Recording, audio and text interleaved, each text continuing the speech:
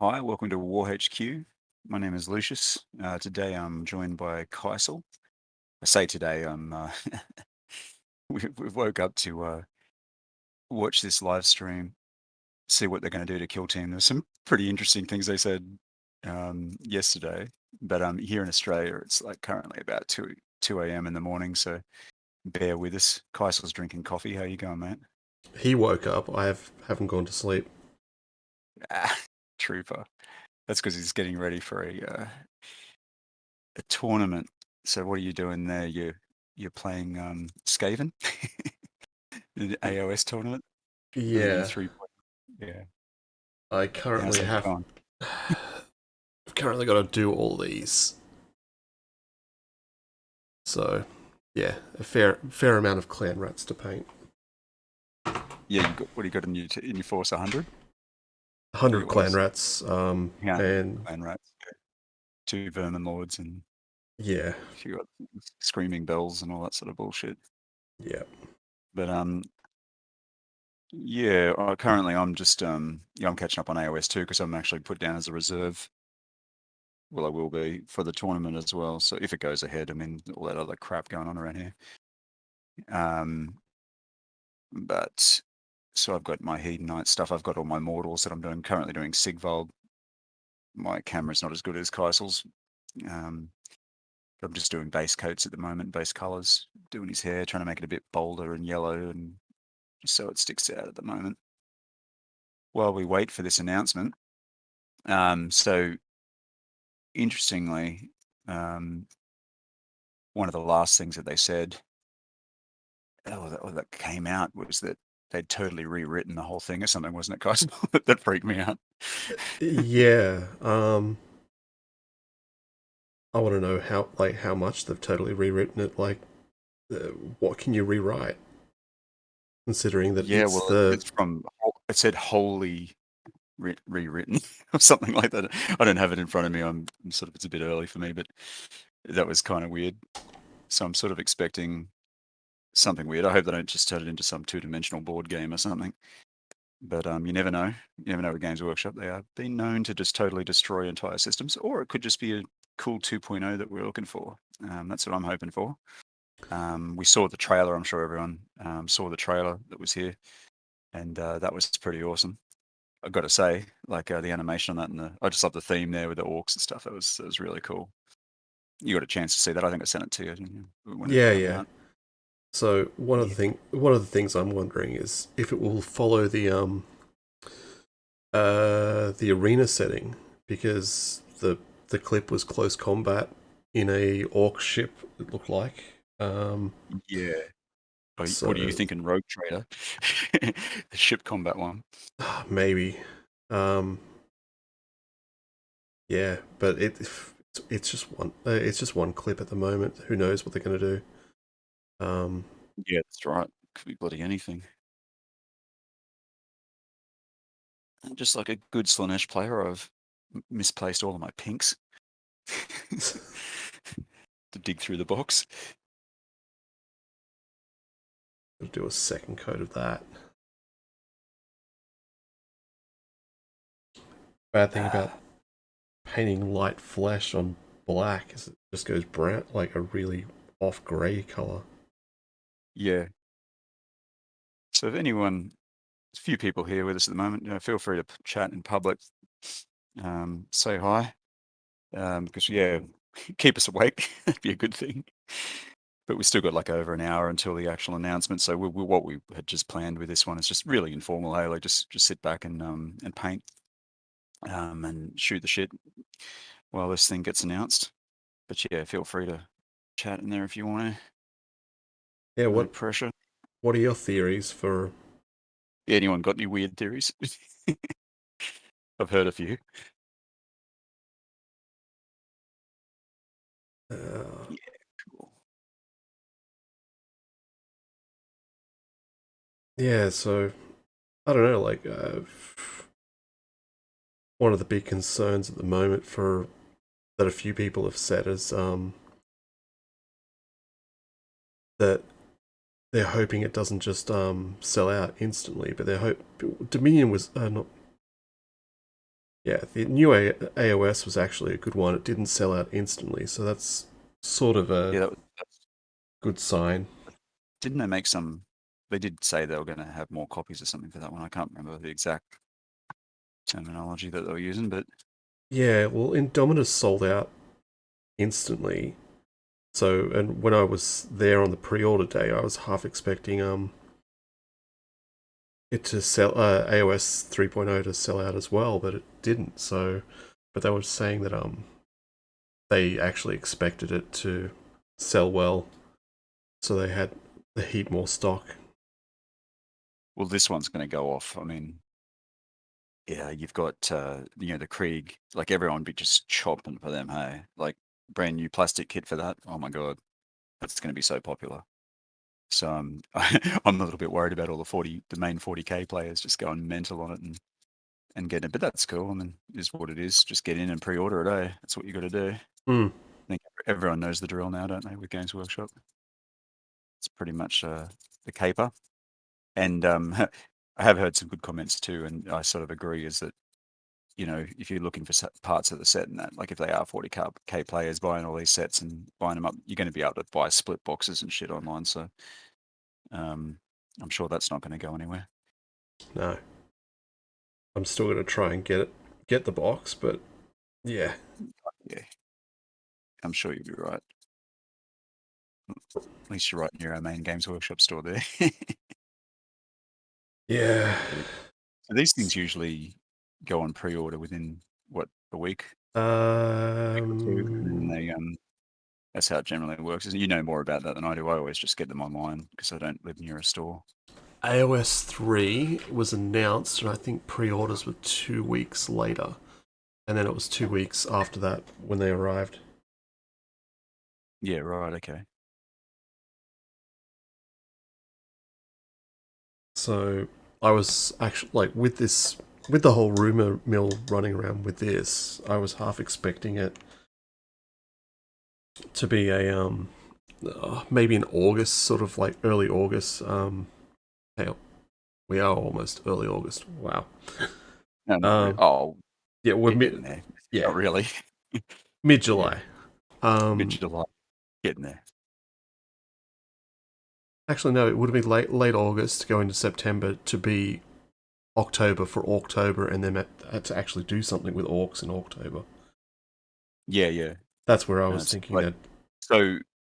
Games Workshop have been announcing those new orcs, like for 40k and for Age of Sigmar as well. So I'm assuming that maybe that's the kind of orcs. Have you seen any pictures? There's been no pictures of the actual orcs beyond what was on the film clip, which was pretty much the standard orcs, wasn't it? Because they had like a looter.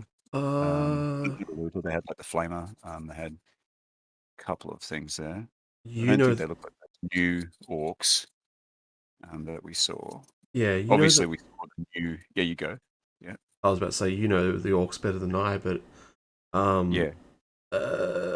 they were hinting at there's some hidden Easter eggs in that um Ye That's what I was tr- looking for when I was watching it. trailer. Um, yeah, the I don't know the what do I want to say? I don't know. One of the orcs definitely looked new to me, but Yeah, yeah, like that new range they're bringing out. yeah, Actually, my favorite one from the ranges that they've been announcing with the 40k orcs is that new Psyker. I reckon it yeah. looks really cool. I think they really caught that one well, captured it well. God, yeah. Don't know how these models actually fight with all these freaking cloaks. Pretty crazy. And it being a dude who does all this stuff and fights with this shit, it's a bit out there. I think this cloak's gonna age it anyway. So Yeah, I've got to layer this. from our game the other day, the one thing that I hated was the spindly tails of the rats getting wrapped around all the different random things on your miniatures. Oh, dude, the Slanesh ones have like just crazy amounts of shit that gets caught. Hey, it's pretty full on. Anyone else in chat got any like some crazy ideas about what they're releasing today or any insight. So we're just kind of spitballing in here.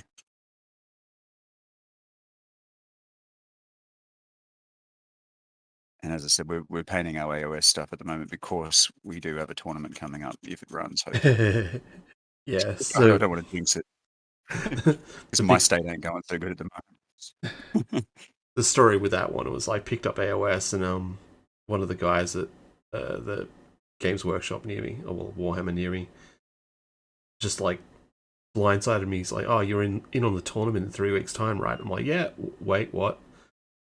And I have nothing painted, so a whole lot of painting to do, but it should be I'm just fine. gonna, yeah, you'll be right. You got so many rats to paint, though, it's ridiculous. Yeah, but if I can Like do I've like got a lot of my mortals to paint because they just anyone who plays AOS 2. Sorry, I know it's a kill team thing, but it hasn't started yet. Um, he nerfed about 10 times my team, which is the Hedon Knights. So I think it's one of those money making ploys from Games Workshop again. They've gone, oh, we didn't sell any of those Hellstrider boxes. We've got about 1 million sitting around. So it's about the only unit that didn't get affected and went down in points. So now Hellstriders are the things to get. So I got some online and I got so much to paint now, my mortal units, just so I can keep my points and keep the team kind of competitive. I guess it did pretty good against the rats. Still got its little edge. hmm, With the things it does still and kicks ass like with heaps of damage. Like it's always been good at that. It just dies easy. Yeah. but I really do hope that they bring everything up. Like I'm hoping the completely rewritten is just that they've brought everything, like all of the factions, in line with ninth edition changes that they introduced in Pariah Nexus. Yeah, well, that's my main hope too, is that we're going to get. I mean, obviously, if orcs are going to get updated, wow, that's actually really exciting. If they went to like the ninth edition, so that's like the 5 toughness orc with the -1 AP on the chopper, right? So that would make them real competitive again, unless they go up drastically in price or something, like points cost. But I don't know. I'm not so sure about that. But having more survivable orcs that can damage better, hell yeah. That's going to make orcs a massive thing again within Kill Mm. Team. Not that they've always, I mean, they've never been top tier or anything, but they're not. They've always been competitive, but they're just, you know, being so frail always makes you hit and miss with everything you do. I don't.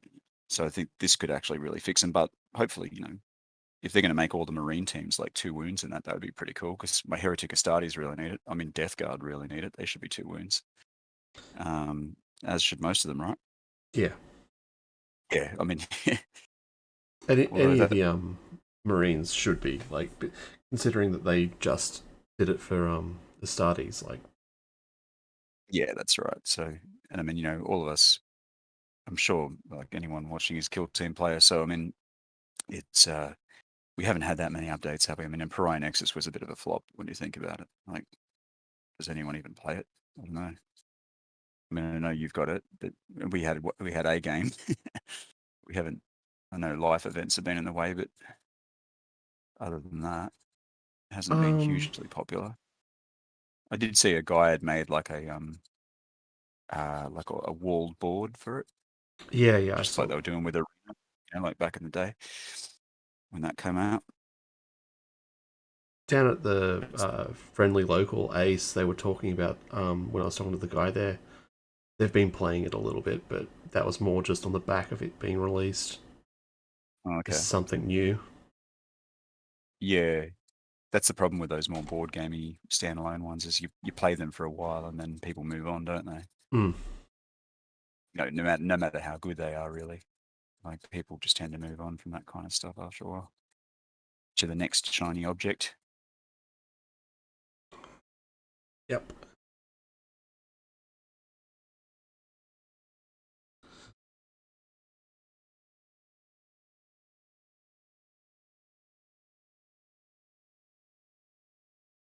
I'm fairly sure that I'm gonna hit a point with these rats that I'm just gonna be like, I don't care. You just don't care anymore. I think you should probably just get them to a standard. You know what I mean? Yeah. It's just a local tournament. I mean, you can. You've got your. What'd you do? You've got a. What do you call it? Poo brown. Oh yeah, Is that baby a shit. spray? Is that a can? Is it that you're using on that, or Yeah, it's you're going Vallejo. black, then you're going? Yeah, I went. I think it's Chaos Black from Citadel. Yep. And then I think it's called English Uniform by Vallejo. Yeah. Right. Yeah, Okay. and just the two colors just made this baby shit brown. Baby shit brown. Excellent. Know all about baby shit being a dad. Right. Right. That cloak's starting to get there. Some layers in the sucker. Put a bit of white and then I'll do some washes. Good old dry brush, eh? Never went out of style.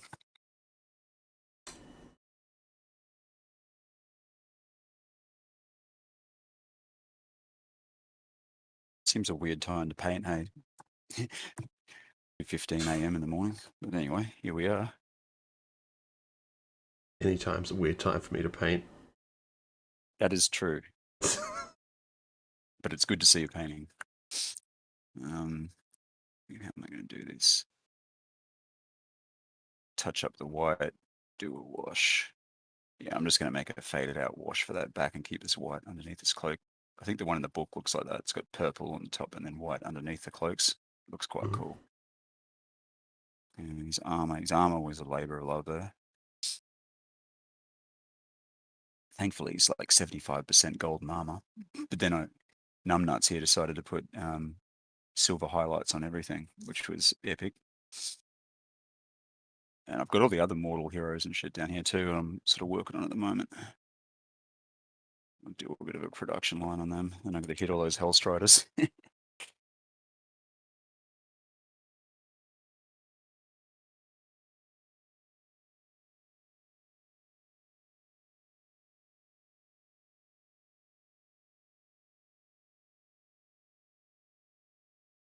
Okay.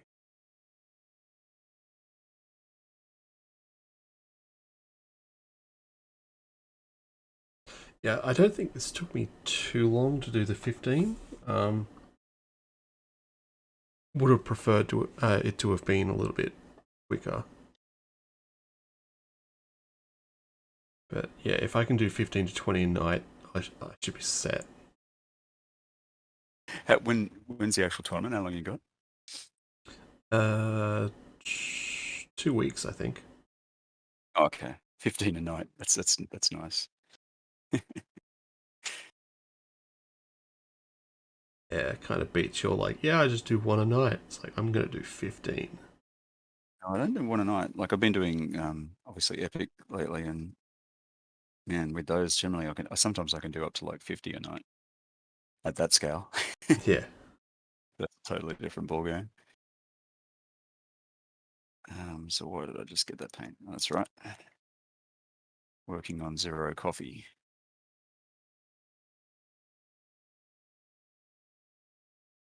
Having this tray of Skaven right next to me is pushing me to the side, so I may go out of camera occasionally. Okay.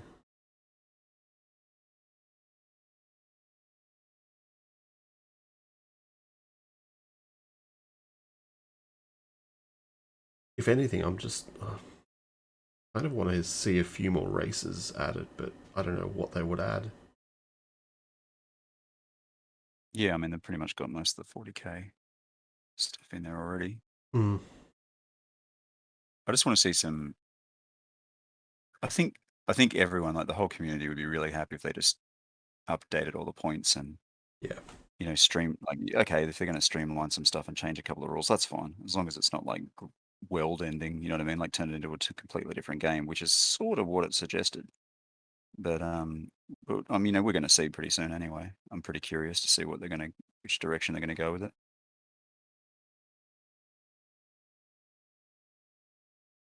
Yeah, I just love those blanket statements of wholly rewritten, and it's like, way hang back there, champs. You haven't done anything on this game for years. Given us no love. Now you're going to rewrite it? Okay. We'll see, hey? Mm. Bottom line is, with all things, you can still keep playing the edition you like, but you just got to find opponents. That's the hard thing, especially here in Australia. Jeez. People just move on from stuff so quickly if the company does.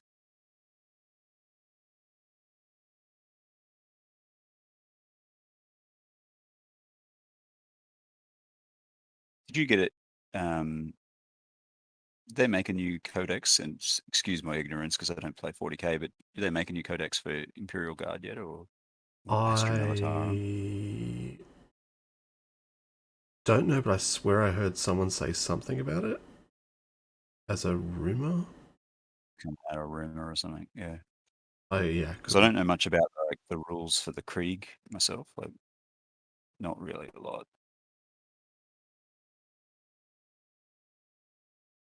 Hey Sammy. Yeah, I'm just painting clan rats. Lucius is painting Sigvald, I think. Yes, Sigvald.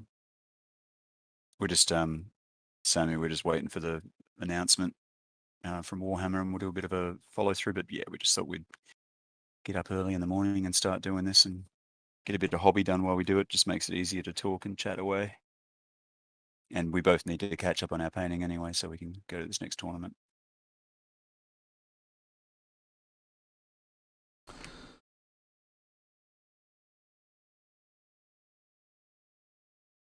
What am I doing?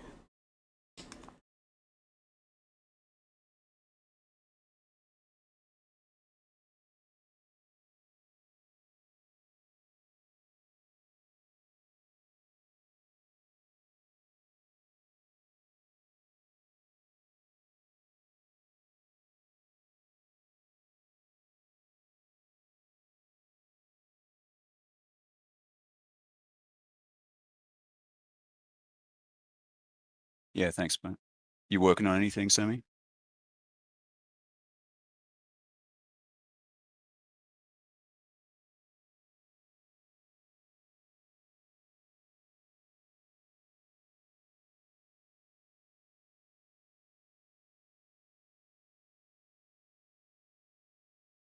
Yeah, I'm unsure if I'm gonna do an Astra Militarum team next. Yeah. Well, you've seen mine, right? That I got gifted. I've got the old school stuff. When Mm, I say old school, fuck, they're probably still the same models, aren't they? That's how probably. old the range is. That's why this stuff's going to get yummed up.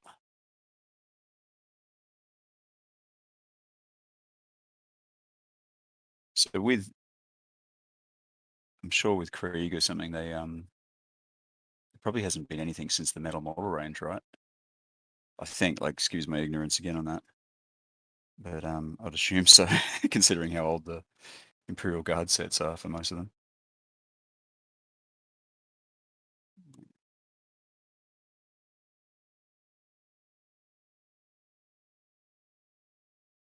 Preview starts in 43 minutes. Yeah, I mean, it's up to you guys. I mean, we're going to watch it through here, and then just give some, minor commentary while we go, and then have a bit of a discussion about it afterwards when we know what's going on. But yeah, if you guys want to hang around, if you got any painting you're doing yourself, I mean, good time to do it. I don't know what time it is where you guys are, but we're in Australia here. It's 2 a.m. in the morning. Best time to paint. It is actually. I feel quite relaxed at this time. Everything's very quiet and non-chaotic, which is no good since we're both chaos players. Is that the chaos?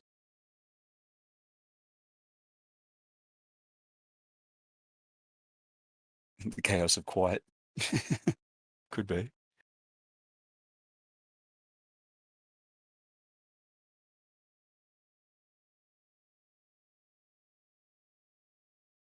Yeah, gonna have to go over that again.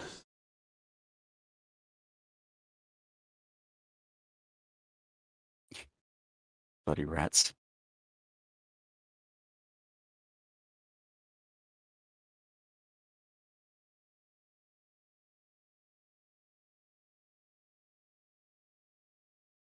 Yeah, just going back to an old theory I had that you know how I was saying that everything was following the psychic awakening? Yeah, I that was a don't while ago.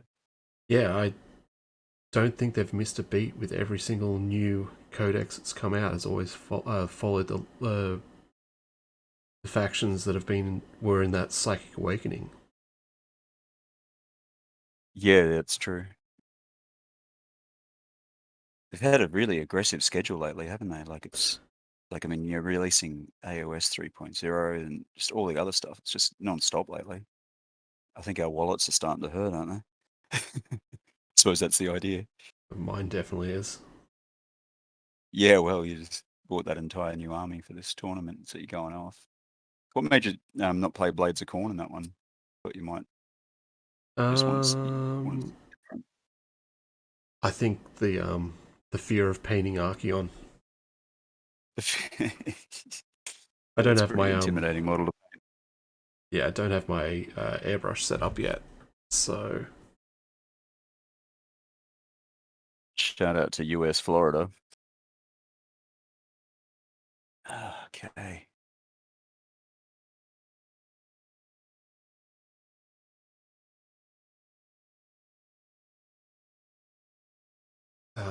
I also stupidly a long time ago told friends in the States, if I ever make it over there, I'm going to go for a pub crawl and have a beer with all of them. Yeah, that's definitely going to be like a West Coast to East Coast trip. I'd definitely go to Florida. It's a good state.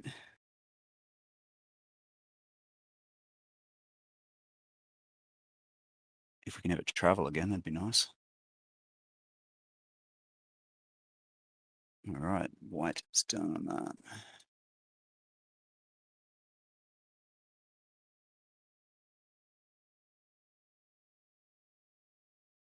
Okay. Go over this again and then start with the washes. I'm assuming with 100 rats, you're going pretty basic, hey, to get it out there for the in time for the event. Yeah, well, I'll just see. That's actually, I'll see if I can put two of them next to each other. Yeah, I'll have to wait 10 seconds. I got the old delay. Yeah. Oh. So the one on the right's definitely going to be the end result, minus the face and the tail. I just put skin color on there to put some Reclin Earth flesh on there. Yeah, before and after, just batch painting these because 100 odd is not fun. Are you did you find a way to differentiate the 3 different units? Because there's so many of them. Not really. Not really.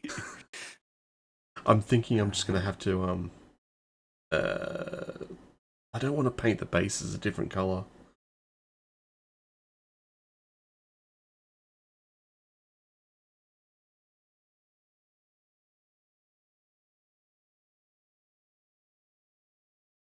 So 40 minutes to go.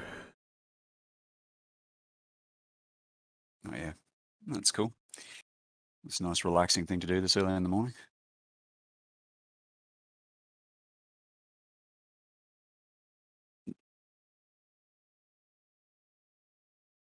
Yeah, just I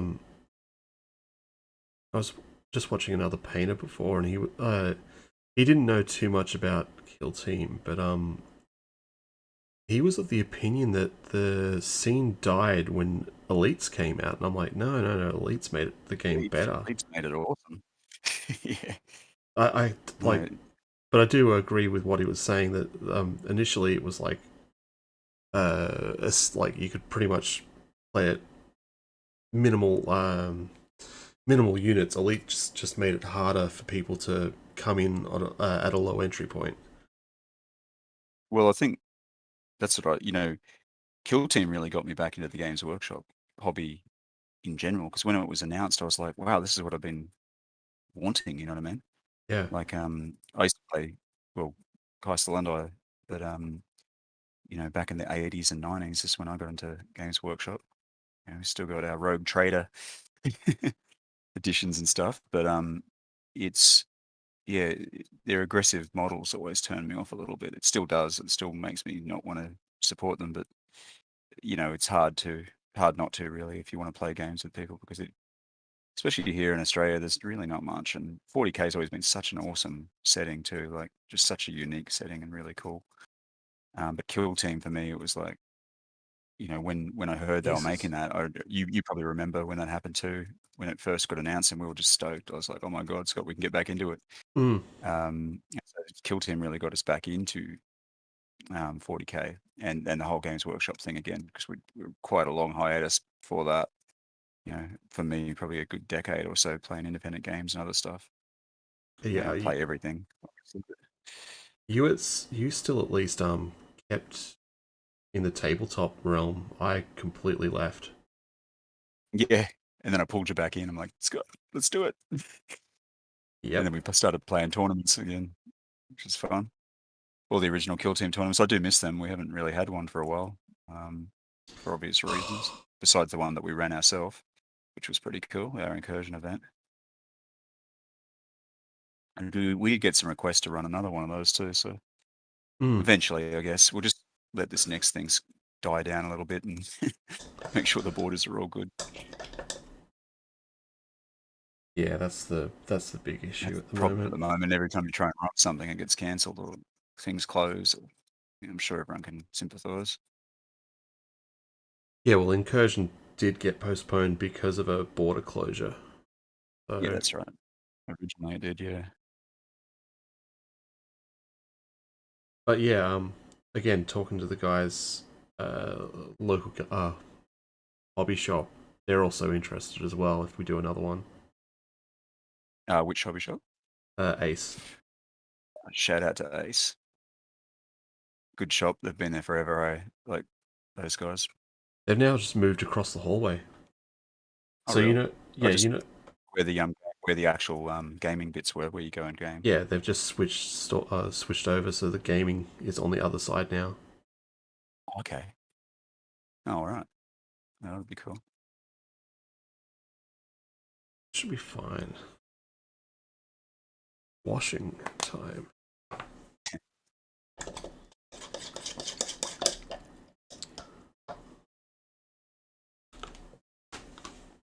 Watch me spill this, Reekland. Oh, don't. I think we haven't done a live stream painting for a while, like and talking about stuff. But I remember the last one we did, I spilt like it's always the null oil, as you know. And I remember I did spill a whole bunch of it. I was trying to cover it up through the whole movie that I just got this big pile of null oil on my table. Yeah, but yeah, it was pretty funny. I think everyone's been there, especially with that. It's notorious. If you're going to spill something, it's always null oil.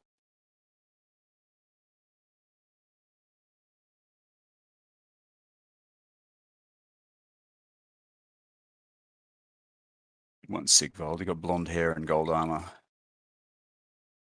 Many ways I can make that stand out, except for white highlights.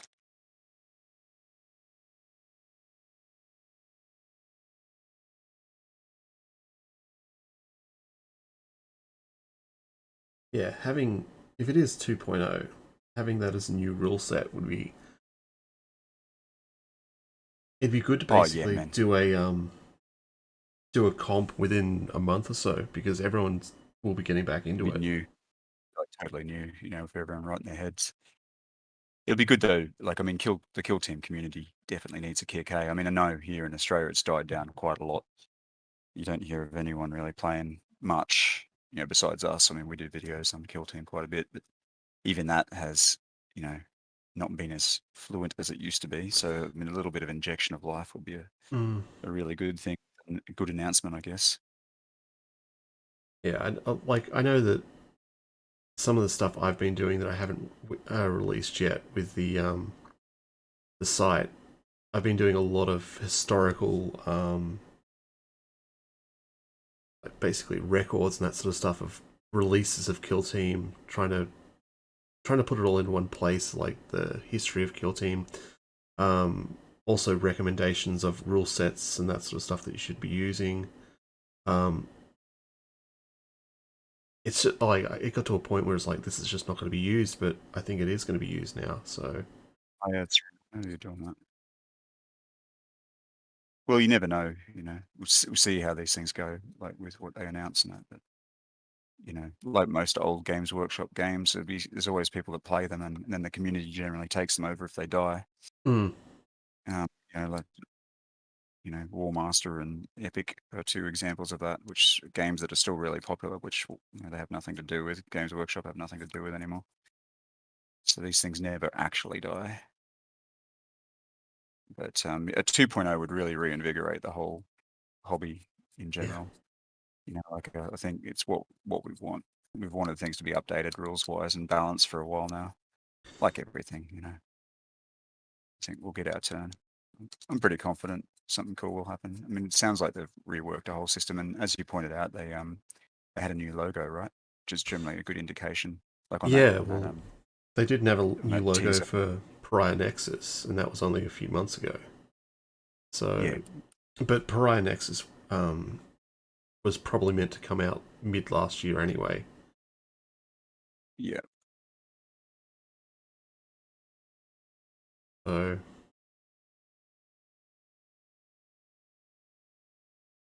yeah, new logo. Like as soon as I saw that it was a new logo, it's like okay, this is definitely 2.0. Like watch me eat my words shortly, but yeah. um, Well, that's it. We won't go any too bold on our predictions, but remember, it's all speculative. We don't have any inside scoops or anything. We're just throwing yeah, shit out there. If but anyone else has got any ideas what they think, let us know too, because open to suggestion. I suppose will all be revealed in a sec. yeah, but no, the fact that it was a new logo, it's like they don't just half-ass that type of stuff. Like they would have kept with the old logo if they weren't gonna do something special. Yeah. Um, Kathy Russell, you can. I mean, we're going to stream the actual Warhammer stream here for the preview, or obviously you can just look up Games Workshop if that's what you want to do. Watch it straight, or you can watch it here. We're gonna run it on the thing anyway, and sort of just as a bit of a reaction, I guess, and then talk about it afterwards. So you can either stay here or you can find it on the Games Workshop site.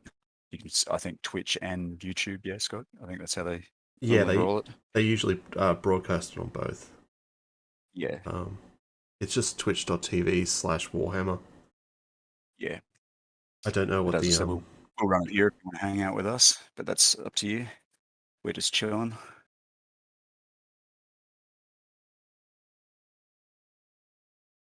All right. crap. It's hard to paint this light. Silver. That's what I need. Lots of silver.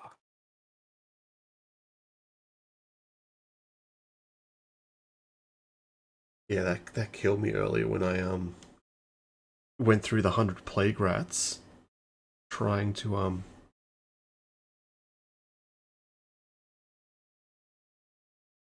that one goes there.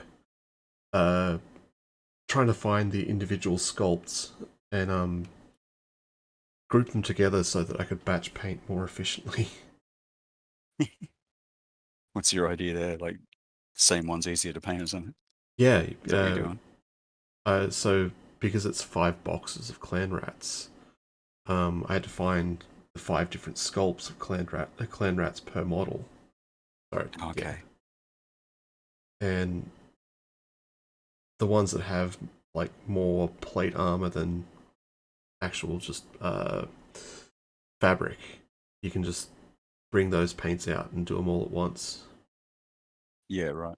rather than just picking them out and then going, oh shit, like this one's plate, this one's cloth. That's what you get for playing a big horde. Oh. Yeah. You're wishing you played Sons of Bahamut now, I'm sure. Just paint 4 giants, there's your army.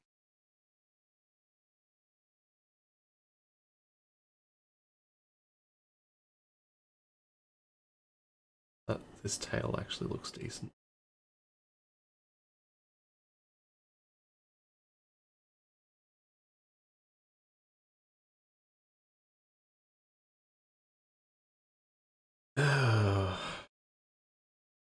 Yeah, I swear that these previews used to be on earlier, like at um Midnight or something. midnight slash 1 o'clock 1:30. But yeah, last few times I've done it, like it was a killer when I stayed up for that Warhammer week. Like I was working like every day and like having to wake up at like 3 4 in the morning just to see is Kill Team going to be there. Yeah, that's another thing I think everyone's a bit peeved about. Remember they were meant to do a kill team announcement, but nothing was announced. But now that you think back on it, it's like the AOS stuff was really big. You know, like as for a company, like releasing a whole new edition of a major system. Mm. I can see why they hold off on the kill team because it's too much all at once, isn't it? Like, you know, if you re-release kill team and you re-released AOS, it'd be just like, whoa, too Yeah, much stuff to buy. They want to sort of drip you on with money, don't they? So you're always buying some, I guess. yeah, it's also just But support as well. Having because the Warhammer stores are going to be running tournaments for this type of stuff. The staff need to be up to oh date with yeah, the rules. yeah, change around times, especially with AOS because that was a really big learning curve. Like we've played a game since and been reading up on it and really getting back into it, but it's yeah, it's a totally different game almost, isn't it? Not 100%, but like, geez, it's probably like 40% different than what it Mm. was, which is quite big. Get your head around, you know, for rule systems. So it'll be interesting to see with Kill Team if they do something similar and change a lot of the core mechanics. Would be interesting. It's going to make it totally different.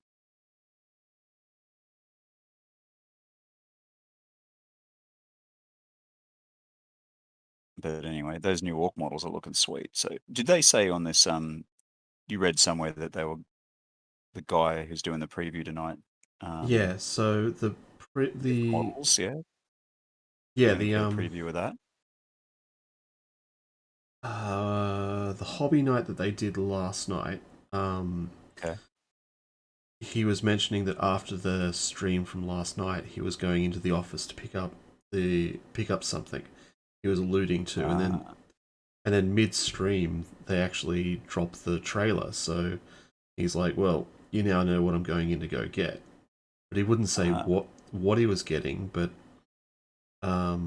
the other person that was on stream, she's a big orc fan, and yeah. he basically said that like he was going to get something that she would be very interested in. So without saying what it was, people were able to go, "Oh, it's definitely going to be something orc related." Well, look, that's their thing at the moment, isn't it? They're finally pushing some orc stuff, which I'm pretty stoked about. Loving the orc stuff. For, you know, 40K and Age of Sigmar are both getting all new orc stuff. So had, I don't know if they've been released. Have they? Those ones that they hinted at for 40K? No, Because I'm assuming I they will don't think probably they have. do it in this box, won't they? Like they did with the last box set with the with Pariah Nexus, they had the new Marines and the new Necrons before they were released, which was Mm, pretty interesting. So it might be how they're using Kill Team A as like a platform to try these new models and get them out there before they actually release them to the public, yeah, like as individual sale, which is again another money making business model, but it obviously works. Doing well for them.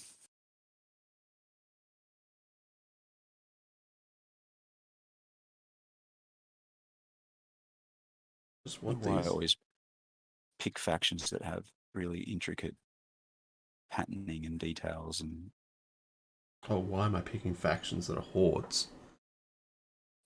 you don't love yourself.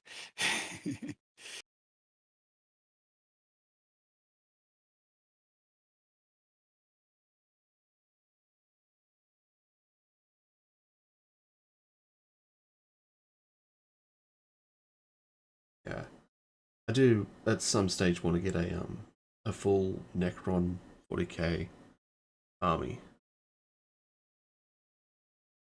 but yeah, that'll be a few years down the track, I reckon. I need to Yeah. really stop this for a while. It's basically Well, paint my backlog. just paint. You need to paint for good year. It's not like you don't have a good good mix of stuff already, that you can use. Mm. Pretty good, like me, It's like with Kill Team. I don't know if anyone who is listening, like, what is your favorite? What Kill Teams do you guys play? I mean, I know with me, I've got nearly all of them. I'm getting there. Doesn't mean I play all of them, but I do know a bit about them and try to know. As you guys, if you watch our channel here, we do strategies, a lot of strategy stuff for Kill Team. It's what I sort of specialize in, and list builds and all that kind of stuff.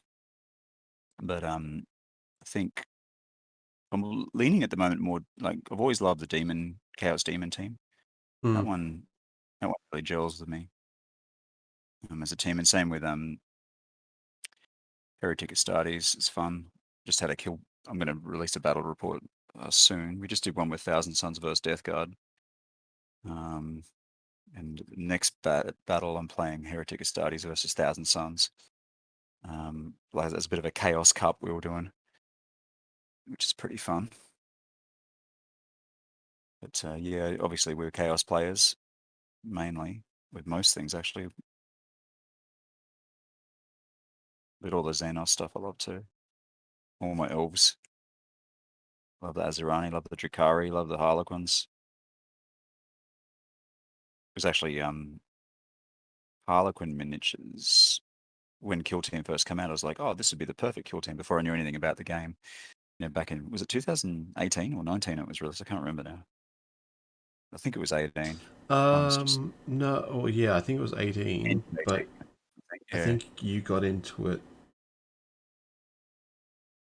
yeah, maybe early 19. Yeah, you're probably right there.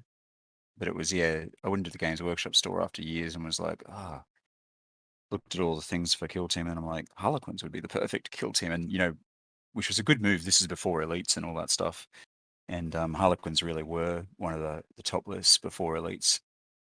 Because anyone who knows and plays, when the Elites did come out, Harlequins didn't get much of an upgrade except for some sub factions, which were good. But all the other teams then sort of left them behind a little bit. Or at least, overtook them slowly. Because they're a really hit and miss sort of Kill Team, win big, lose hard kind of one. And if you roll dice like I do, then probably not your best option. I've, yeah, that roll the other day. Still Oh, that can't get roll over that that. you pulled off. Yeah, that was crazy. What'd you roll? You rolled 6 dice and you got 5 6s and 1 5, Yeah. which is an insane. The odds of that are just astronomical. But it worked though, didn't it? It saved your bell, your screaming bell, and transferred all the wounds to these other rats and killed them instead, which was pretty good.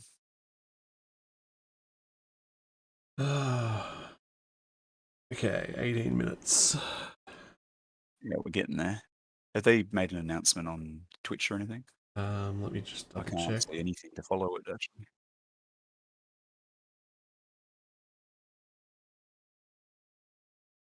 Finish this wrap off.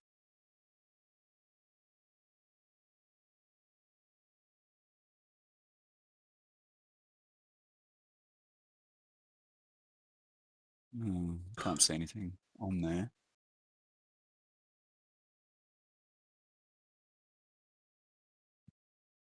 Yeah, it doesn't look like it's streaming at the moment, but that could just What be about my YouTube? Might have to check.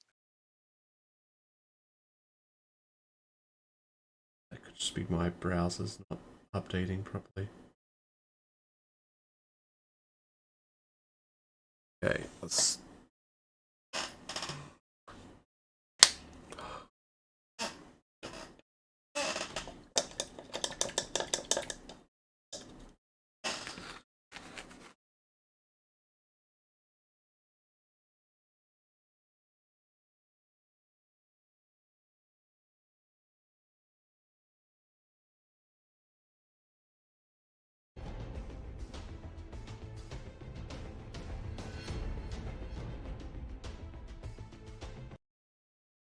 No, it's still yesterday's. Yeah, I was looking at that too. Hey, this could be the trick. Just get everyone to come and get up, and then they won't announce anything. Yeah, that'd be nasty.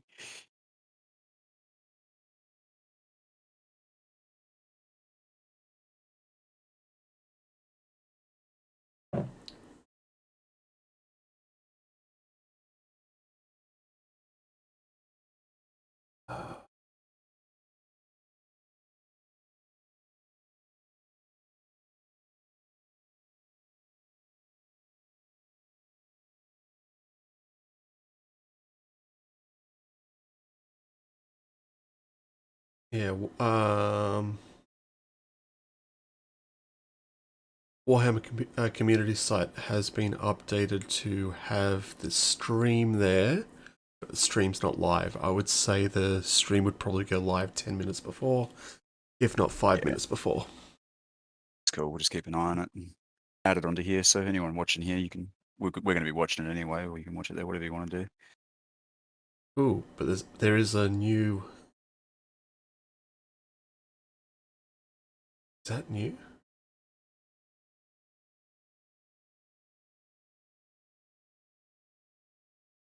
What's new?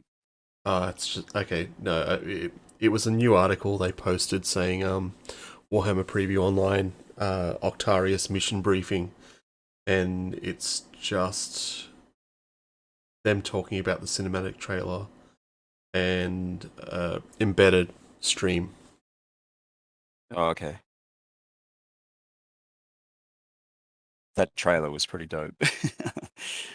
I love how they all just get murdered at the end, like everything dies pretty much.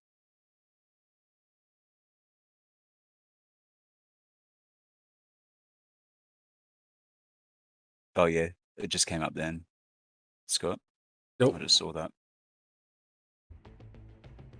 Yep, they're live. Yep. Okay, cool. So not long to wait now. Kids at home. Let's see what they've done to our beloved kill team.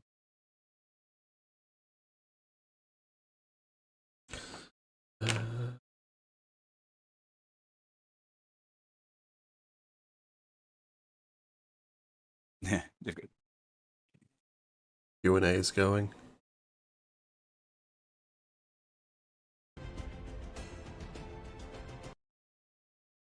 Yeah, the viewers are popping up too.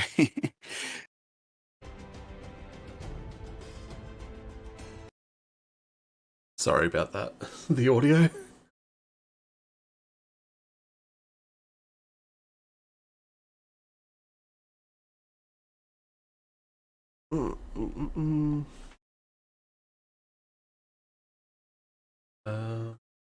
So, my next thing that I need to do.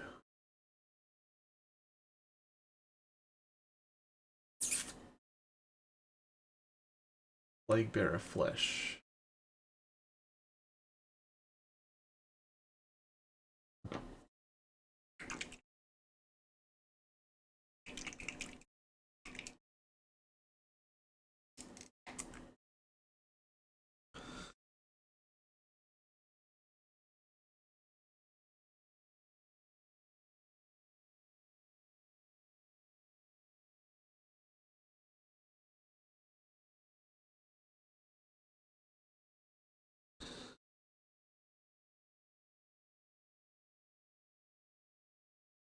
You watching the fights tomorrow? What time is it on? 12. Well, the main event's on at 12 Australian time. See if I can get down to the pub. Yeah, got myself some proper 12 whiskey. Supported the Irish there. Well, hopefully it goes well this time.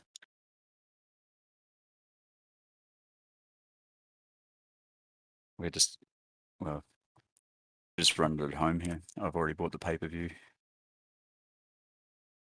Should be pretty groovy.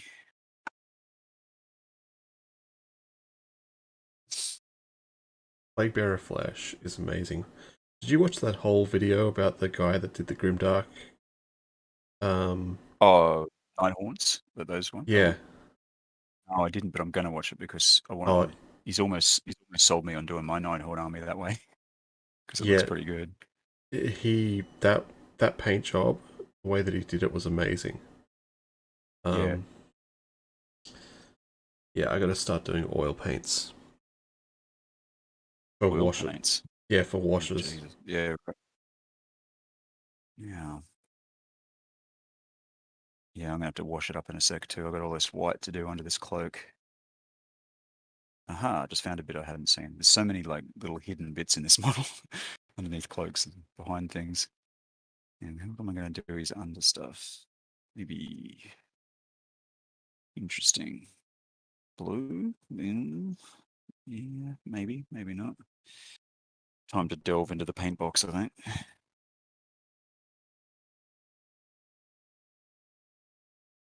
I've been doing a lot with uh, using the technical contrast medium. That's a really cool Mm, thing, hey, like lately. And then you can really tone down um, the contrast, and then when you put it over like a metallic color, a lot of the silver or the gold or whatever you got underneath like comes through. It looks really good. I don't know if you can see. Probably look really bad on this because I got a shitty camera, but on the shield there you can sort of see it where it's like a really toned down blue, which went lighter, and then it leaves it quite dark in the recesses and gives it more layering, and then silver right okay. on the high bits. Yeah, it's a really cool, easy technique to do as well.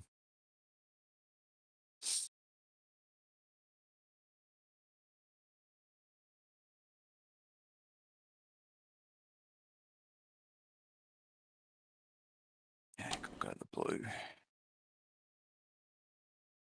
So we're only 10 minutes off the preview starting now, Yep. which is good. We're nearly there. How long do these things normally go for? Like 20, At 40 minutes or something? 40 minutes. So, do we have any other idea of things they're announcing tonight, or is it just the kill team, or what are they? I want to Oops, say what? Null oil. null oil. I thought you said oops. No, no, no. I said scoops. Said you got any scoops on what I other things they might have? I haven't heard, like, they were very tight-lipped the other night.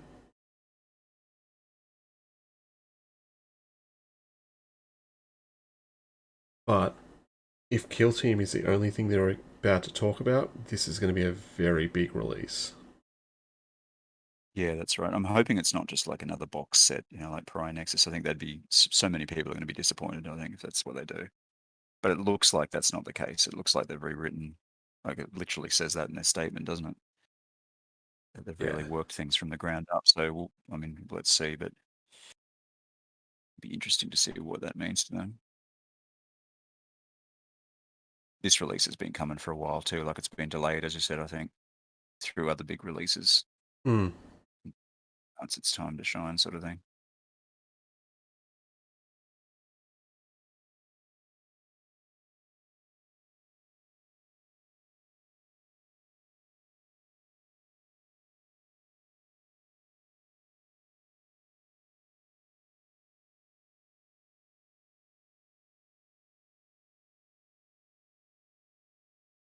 Definitely got a null oil this one.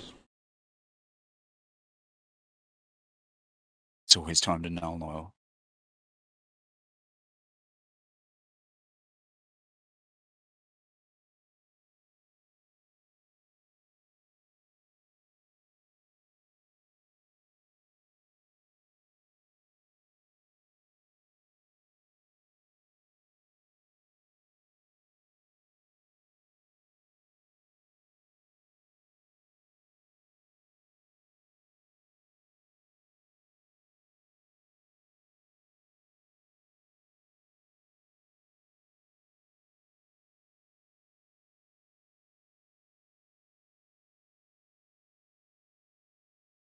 Yeah, like, I'm concerned about scalpers with this one. Yeah, especially for the Krieg stuff, hey, Sammy. Like I think, yeah, the Krieg plastics are going to be sick. I'm actually really looking forward to them too. But they did. Have they released them yet? They They Don't think so. No. no, they were talking about options, weapon options, and that sort of stuff being released Oh right. for Astra recently. Oh yeah, Maybe they were. they're going to go down a path that you can buy it individually. I don't know. Was there ever a Krieg an upgrade kit or something? I don't think so. Hey, it was Nah, kind of pretty distinct. Krieg with Forge World, I thought. Yeah, possibly.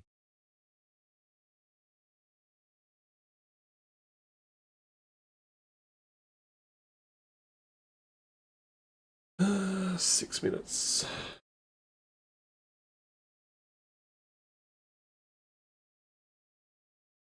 Getting these colours on. That's the main thing. Here I am trying to get this ready for a tournament, and I'm taking my damn ass time about it because I just can't paint quickly. I like to Yeah, a bit of a I detail did the thing. same thing. Like, I'm trying to speed paint these land rats, and I found myself like, oh yeah, not like slow and If I steady. just added that detail, I just added that detail. Yeah. Yeah, he's a sick Val though. He's awesome and awesome in game too. Really cool. He kicks some ass actually. See, battle ready for Warhammer requires highlights and all that sort of stuff, which I'm Skaven. Skaven don't have highlights. They're dirty as. Is dirt a highlight? Mhm. Putrescence.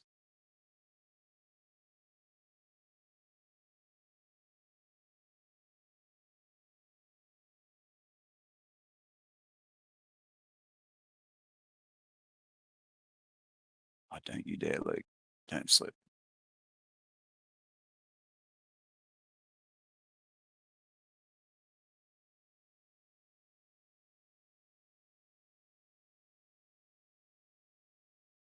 I've dropped a miniature or two tonight right on top of a wet pallet. Have Luckily, you? it's missed every single time. Yeah. Do you use your wet palette? Obviously. Uh, I don't yeah, really use it much. occasionally. Kind of like my painting tray better. A little palette. Not that I ever clean it. Who was I watching recently? I think it was Eric's Hobby Workshop or something. And he's just like, "Oh yeah, please excuse my wet palette." He's like, "There's probably uh, black mold underneath the palette or something." He's just never cleaned it. Nice.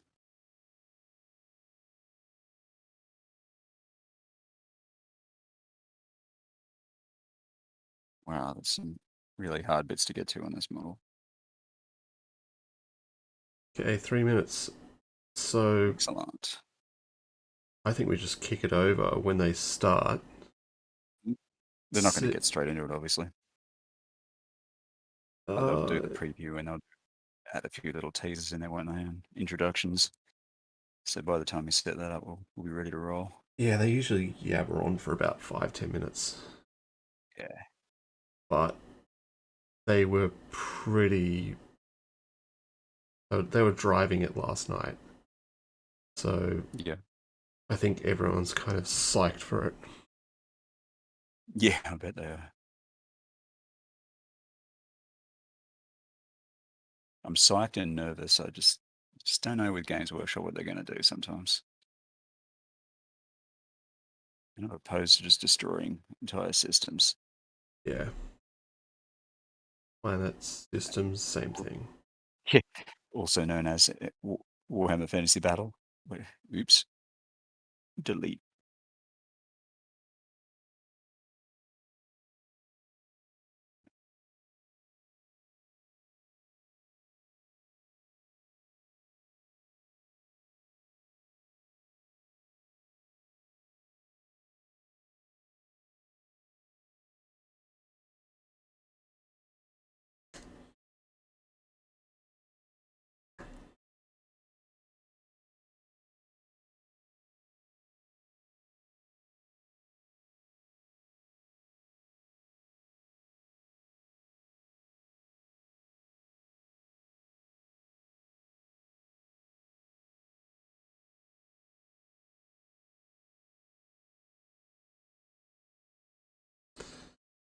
Oh.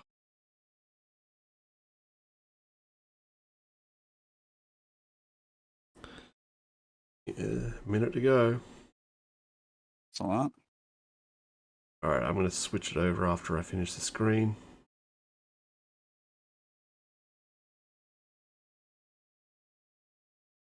Or if I hear them start talking straight away.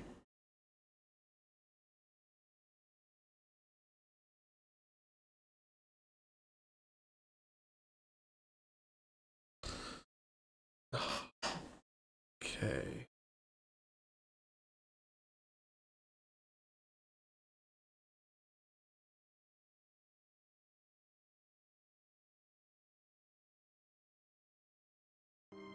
We're up to question 9 of the little survey thing.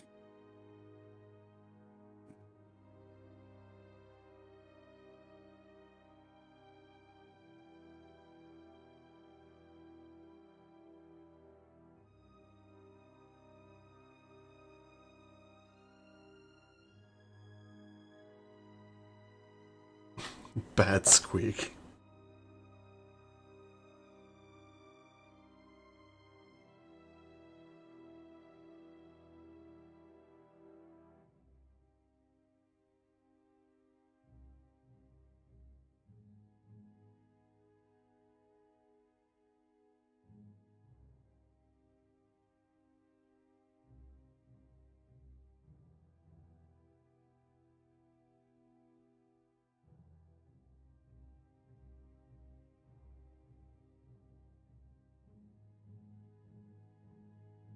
I learnt something last night as well.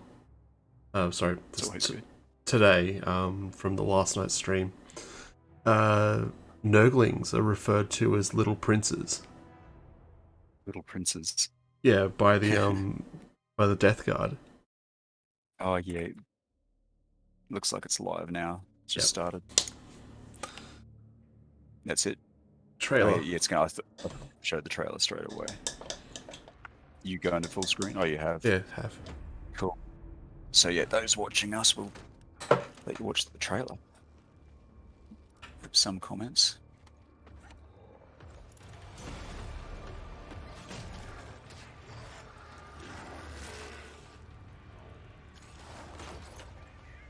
I love that way he just crushes that dude's head. Which orc did you reckon looked new, that first one?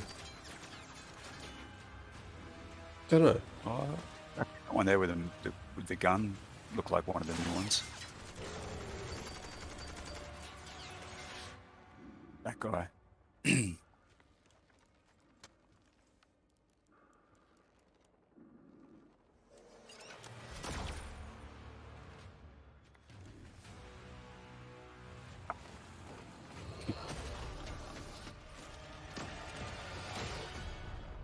That squig is so cool.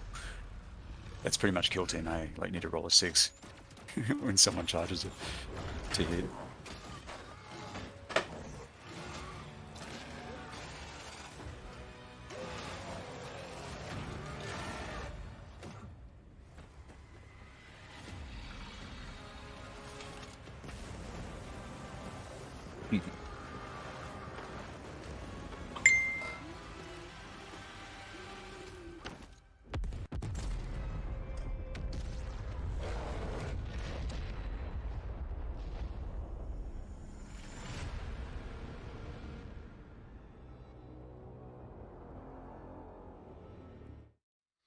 Welcome, everybody, to this very special Warhammer Preview Online Here we go. Octavius Mission Briefing. It is my pleasure to welcome you today. My name is Adam Troke. I'm joined by my friend and colleague, as ever, Eddie Eccles. It's an absolute pleasure to be here, as always, Adam. I'm particularly excited about this one. It's very much my jam. Yeah, it's a good one. And we'd love to welcome all of you fine people who have come and joined us here in the live stream today. Last I looked, there was about 20,000 of you, which is super exciting. And it's a delight to have you here. You've already read my mind, quite a few of you. You're already screaming into the internet the locations from where you are tuning in. Please do hit us up. It's great fun to see where people have coming in from. The first one I saw was North Yorkshire. Shout out to that person. But we've got Georgia, USA, Glasgow, Scotland. It's going so fast I can barely read it. The Netherlands, Western Australia. Oh my goodness, the Eye of Terror. Aberystwyth in Wales, Atlanta, Georgia, Virginia, Norfolk, USA, Tennessee, Norway, Utah, Florida. Just so many places around the world where all of you awesome people have come and joined us for what promises to be, hand on heart, an amazing Warhammer preview online. Whew, what is there to do? I should acknowledge some of the people who are busy helping make things work. Raf, behind the scenes, going to be pressing buttons like a wizard, making sure that everything runs smoothly. We've got Notley and the Moderati in the chat, helping things to flow smoothly. And we've got all of you. But before we begin in earnest, Eddie, what are you excited about today? Well, I think we know a few things already about what's going to be the shape of this preview. So in case you didn't notice already, and we just played it for you, so that we saw a brand new... Maybe they just joined us. They literally just joined us. If you did, and you've somehow been under a rock and not noticed the last 24 hours, we had a brand new cinematic trailer for a new edition of Kill Team drop yesterday, pretty much bang on 24 hours ago. It was super, super cool. We saw Death Corps of Krieg in there. We saw some Orc Commandos, which I'm very excited about. There was a Squig. He's amazing. Anything that's a Squig, I'm immediately in. So I'm excited to see what that brings exactly. It's promising to be a good day if you are a fan of Orcs, but not just that. Kill Team obviously touches on every part of Warhammer 40,000. Every faction kind of joins in the carnage. So if you are a 40k fan at all and skirmish gaming appeals, that's going to be a good day for you. But that's not all we've got. We've got a few other kind of bits and bobs and surprises as well. Some of the green persuasion. If you like Warhammer 40,000, I think you'll be quite happy today. I would hope so, at least. I was talking with Raf. We watched that trailer through about 3 or 4 times this afternoon after we'd had our little mic test, trying to decide what our favourite bit was. Eddie, what is your favourite bit from the trailer? Oh, so it's all so super cool. I mean, I really like the Squig. The Squig's pretty special. I do. I like the bit where the Orc is just kind of like blasting away down range and just kind of unleashing firepower.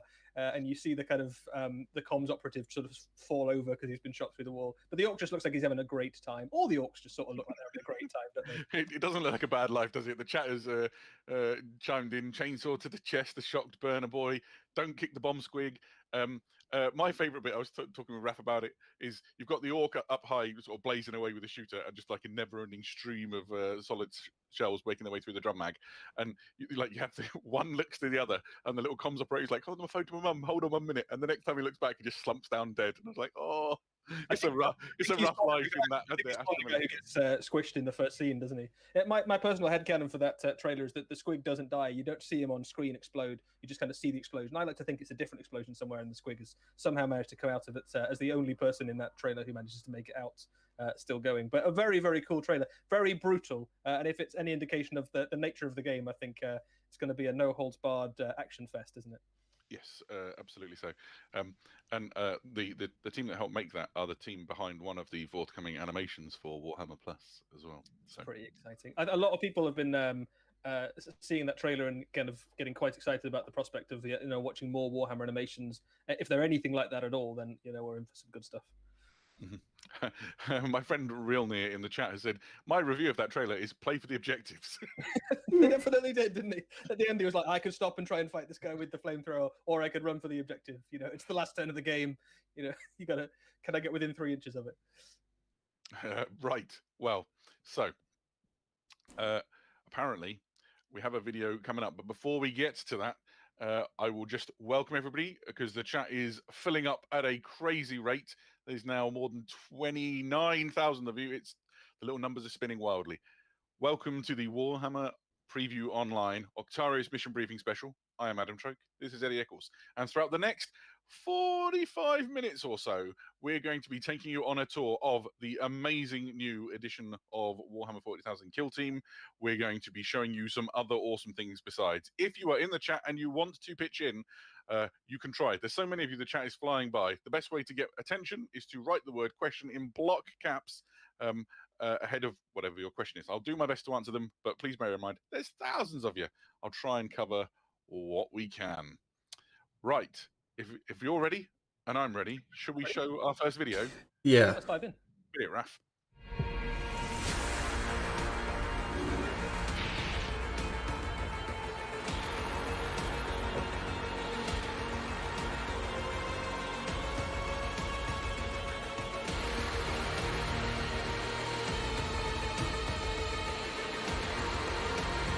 definitely said new edition.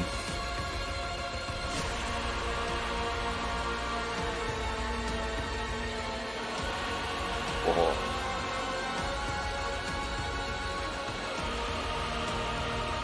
See the squig, Scott? Yeah. It's going to be a model. That's sick. We need that in Kill Team. Whoa. Look out.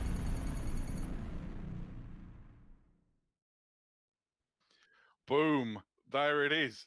Warhammer 40,000 Wow. Kill Team Octarius. Eddie, what do you know?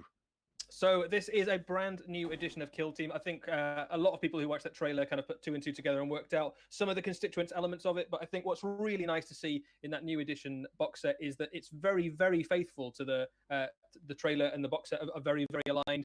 It almost a kind of scene for scene remake of that box set in that trailer. So right down to kind of the scenery in the background. The miniatures in there are absolutely stunning. You've got a brand new squad of veteran Krieg guardsmen. You've got a very thematic and exciting squad of commandos for orcs. You've got loads and loads of scenery in there. You've got all of the kind of rules and everything you need to play. It's an incredibly cool box set. Loads and loads of good stuff in there.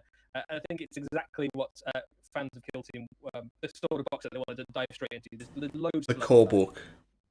I couldn't agree. Yeah, more. Looking at the shot on the screen, where you can see the entire content It means of it's the a set new laid out. edition. It is an absolute monster.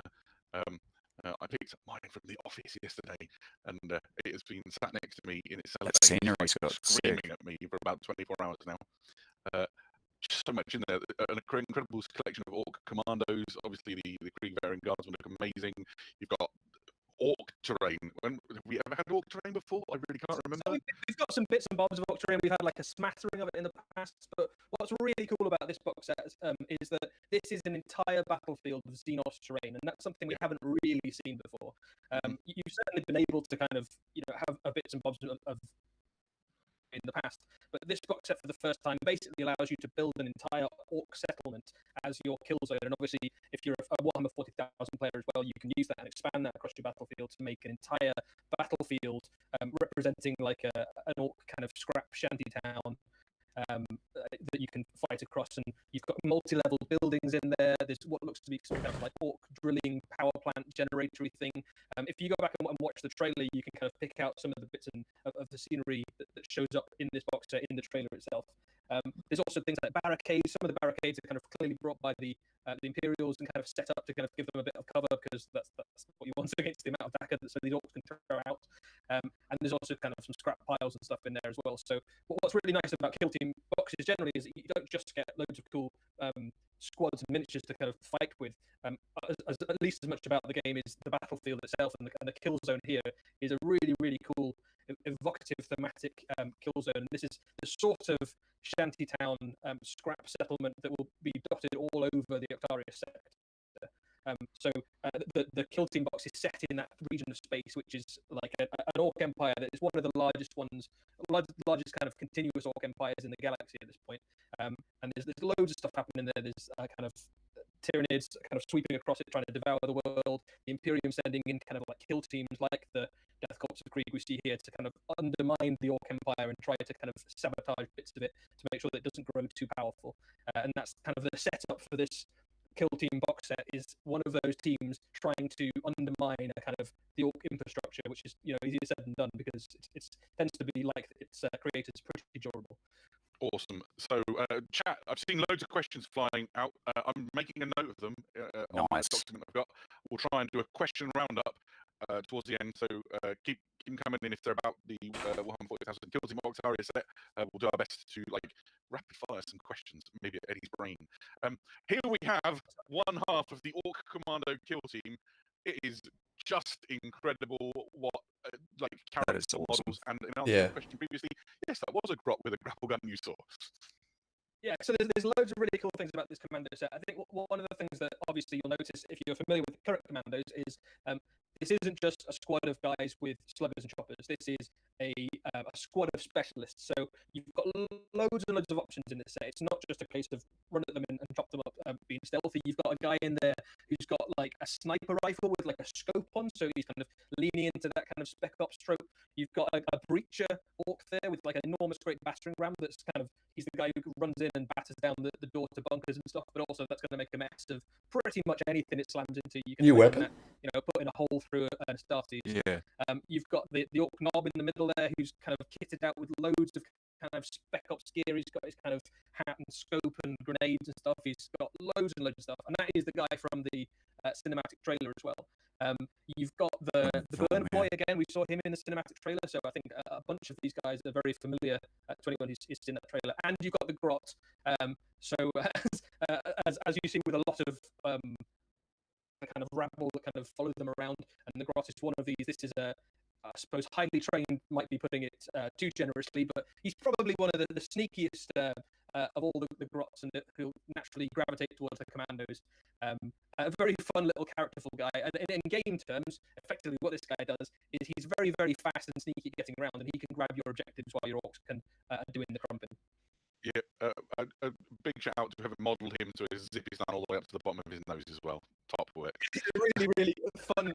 What's wonderful about all of these orc models is that they're so they lean really heavily into that kind of like 80s and 90s action film kind of aesthetic. So you've got all the kind of tropes of spec ops and special forces, but done in like a really orky lens. So they've all got like combat knives and little pouches, and they look like the idea of I suppose like a real commando, but kind of orcified up to 11. They're really, really that fun. is so cool. But bottom left there, you've got a Daka Boy. That's similar to the idea of the guy we saw laying down the firepower with that enormous great drum mag. You've got the Slasher Boy at the top there with the knives. His thing is sneaking around and chopping people up with huge knives rather than Daka. You've got the comms specialist in the middle there. His comms also double as a kind of short-range blast pistol thing, just because, orcs are going to think as a weapon, even if it also needs to be a radio. You've got a rocket boy there, and then you've got the squig in the middle there, which is again very faithfully captured in that cinematic trailer. He looks just like him, and he looks like he's having a blast as well. Look at him. Yeah, my favourite one, and it's purely for the nostalgia of it all, is bottom left-hand corner with the tri-barreled big shooter-looking thing. He's got one of those sort of knitted woolen hats, which are synonymous with sort of like Royal Marines Commandos or the SAS from World War II. And it's redolent of that classic iconography and imagery of the original Orc Commandos that came out when I was but a lad. Yeah, do orcs' ears get cold? Maybe. I mean, here's one. There's a nice close-up on the orc knob there, and I think one of the things that's really nice about these actually is that they have quite a kind of you could probably use them from any orc clan. Like you could definitely paint this guy up whatever color you wanted to, but they look very blood axe, which is kind of your typical orc commandos. A lot of them gravitate towards the kind of blood axe thing. What is a breacher boy? A breacher boy is like your guy who just runs in and clears buildings, right? So if the enemy's hiding in a bunker, this is the guy who runs up enthusiastically and just smashes through the front door, and then continues to smash through whatever was hiding inside the building. So he's got loads of tactical key right there. Tactical key, absolutely. Yeah, so really fun. It's like we haven't seen anything like this before, and it's really leaning into that kind of special operative sort of idea. Commandos have gone from being like a slightly quirky unit of slugger boys to being a really fun and thematic thing. And all of these abilities and tools are going to make their way into the Warhammer 40,000 as well, which is pretty cool. So you'll start to be able to use these models and have use not quite to the same granular level that you can in Kill Team, but they'll get some of those abilities kind of ported over into the 40k version as well. This guy's very cool, the Slasher Boy. He's got loads of knives. You can't quite see it there, but he's got more knives on his back. It looks like the baddie out of an 80s action movie, doesn't he? He definitely does. So he's got knives that he stabs you with. He's got knives that he throws at you. He's got some kind of super sneaky rules, so he can kind of attack and kill people without setting the alarm off, sort of thing. So he's really useful. As you'd imagine, he's pretty deadly in close combat as well. And probably the internet's favourites, the Bomb Squig and Commander Grot. The Commander Grot is just so charming. It's like a hoodie done up to his nose. He's got the big boggly eyes that insinuate that maybe he can see in the dark, but who are we kidding? Grapple gun accompanied by Bomb Squig with a mouthful of grenades. It's everything. And they've put an awful lot of dynamite on that Bomb Squig, haven't they? There's a lot with explosives. He's got a mine underneath him. He's got some grenades in his mouth. He's got a little radio antenna that presumably blows him up. I think probably the best. We've seen a few different incarnations of squigs in 40k over the years, but this guy might be the best kind of squig-sized squig we've seen so far. Very, very fun and thematic. And here is the side I'm maybe marginally more excited about. But I'm fairly even on this. The Deathcore Krieg Veteran Guardsman Kill Team. Outstanding models. Really in line with that fantastic imagery and theme that was established by the Forge World team when they released those Krieg models, I don't know, 15 years ago, something like that. And these have really stayed true to that, but with some additions that are fascinating. Some of these have got very specific roles within the kill team, right? Yeah, so this isn't a kind of. It's not quite the same as the Cadian and Catachan plastics we've seen for the Guard before. This is very definitely a veteran squad of Guardsmen. So what you see in the squad is that there's loads of options to kind of represent kill team specialists. And that's something that's common to both the Commandos and the Death Corps of Krieg, is that this is a kit that's been designed for kill team. So you've got things like the combat specialist, you've got the medic specialist, you've got the comms guy, you've got the guy who's a sniper, you've got all the different things that you'd hope to have in a kill team can be represented. And there's options in the kit as well to let you kind of either build them as your standard guardsman or to kind of build them as one of those specialists, as well as different kind of special weapons and all sorts. So all the stuff you'd hope to have in that set, basically. Yeah, we'll bust open the boxes in a little while and have a look at the frames, but there's more options even than you see here. Yeah, so loads of things to choose from. This is the veteran sergeant.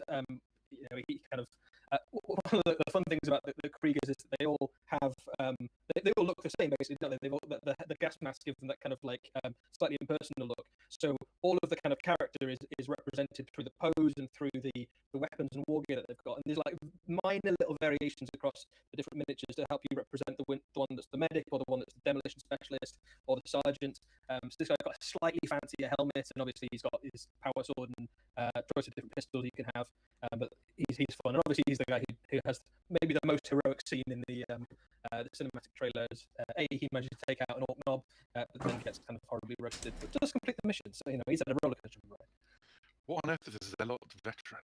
So a Zealot Veteran is effectively one of your guys who is particularly pious, who can is extra driven, and represented through this miniature by carrying his Imperial Prime around with him and his rosary beads. So his faith in the Emperor is higher than even the other Krieg guys, which is saying something. So he's extra dedicated to the Imperial cult and clause. Yeah, so this is a hardened veteran. If you look at this guy, you can see that he's not only has he got some extra medals from probably some kind of heroic sacrifices that he's made earlier on, he's also lost an arm. So his I think left arm, you can see there from how I'm looking at it, is bionic, which is kind of cool. Yeah, I like the way that the fabric falls across the sort of the servo joins at the elbow. I noticed, that's really nice. Yeah. Which is a really lovely sculpting detail. And he's in the middle of a mag change. Look at the magazine well on the lasgun. It's empty, and he's clasping that in his little bionic hand. It looks like he means business as well. Like, he's just kind of he's unhurried, I think, is the Medals. Yeah. You go. So this is a medic veteran. This is a really nice. Anybody who's been following the rumor engine might recognise that medic bag. I think we might have shown that in a rumor engine previously. But this is a guy who, well, I mean, it depends how badly you've been hit, I suppose. But if any of you guys get hit and go down, he can kind of run over and help them back up again. Again, really, really nice little thematic details on it. So you've got, if you look at the head, he's got that kind of apothecary symbol on his helmet, which is different from the rest of the Kriegers. He obviously has his apothecary bag of goodness knows what to inject people with to kind of get them back and fighting. A really cool thematic little model again. This is everything you see you get in the set, shown in one galloping great big picture with fantastic terrain to fight across, and your Krieg and commandos doing war. I think we've also got an example of everything that's in. We'll get to that in a minute. So this is the terrain separately. Yeah. Which go on after you. Oh no, so it's just a really great set of terrain, isn't it? So we've seen with each edition of Kill Team that's come out, we've had the kind of a great selection of terrain, and this is no different. What's really nice about it is it's a whole Xenos battlefield, and you've got levels in there which are really important to the way the kill team plays, because there's lots of rules in kill team about making sure you've got higher ground, or you need to make sure you've got good lines of visibility, because it's all about kind of sneaking in stealth as well as kind of the no holds barred action. So you're meant to have a fairly dense battlefield to play it across, and this fills your kill zone very nicely. But you can also obviously use this and expand it across Warhammer 40,000 battlefields too. Keep those questions coming, guys. By the way, I've got about a dozen or so questions to answer for you once we've had a look inside the box. Here is the complete contents of the Warhammer 40,000 Kill Team Octarius launch set, and in it you see the Orc Commando Kill Team, the Deathcore Krieg, the core book, an Octarius manual, a boatload of tokens, a game board, combat gauges and dice, and we'll talk a little bit more about combat gauges in a little while. 54 tactical ops cards, and obviously your terrain. That is quite a lot of stuff. Yeah, there's a lot in the box. I've got my box next to me as well, and it's pretty heavy. So there's an awful lot of plastic in there, but also an awful lot of cardboard and paper and rules and stuff as well. It just looks like It's a lot more cards. Shall we have a look inside and see if we can? We can, and I have tried to set up what I would call unboxing cam. So there you go. This is my hand. There we go. I need my seriously retro pair of clippers to open mine up. Have we got any questions particularly about the concept of the box? Well, so I mean, the questions we've got to answer are: the first one is it limited edition or made to order, or what? So this box is going to be released as available while stocks last. So there will be we've made a lot in the same way that we did with Dominion. Yeah. So there'll be lots of copies, but it won't be around forever. But the good news is that if there's any elements to the box that you're like, man, I want to make sure I can get more of those. I want more commandos, or I want more of the terrain or something. The elements will be made available separately in the future. So there's nothing that's completely exclusive to this box set. If you want to get it in this combination of stuff, then you swoop in while it's available. That sounds good to me.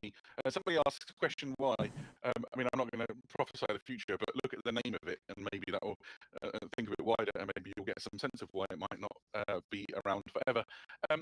Another question, as we open the boxes, are the miniatures push fit or multi-part? That's a great question. I'm going to open mine and enjoy it. There's some people like to enjoy the smell of their box set. I'm definitely one of them as they open it. Which is Never been a box sniffer. Because it's made in Nottingham, right, which is where I live. So you would imagine it just smells like where I live. But there's something magical about box sets. They just always seem to smell really nice.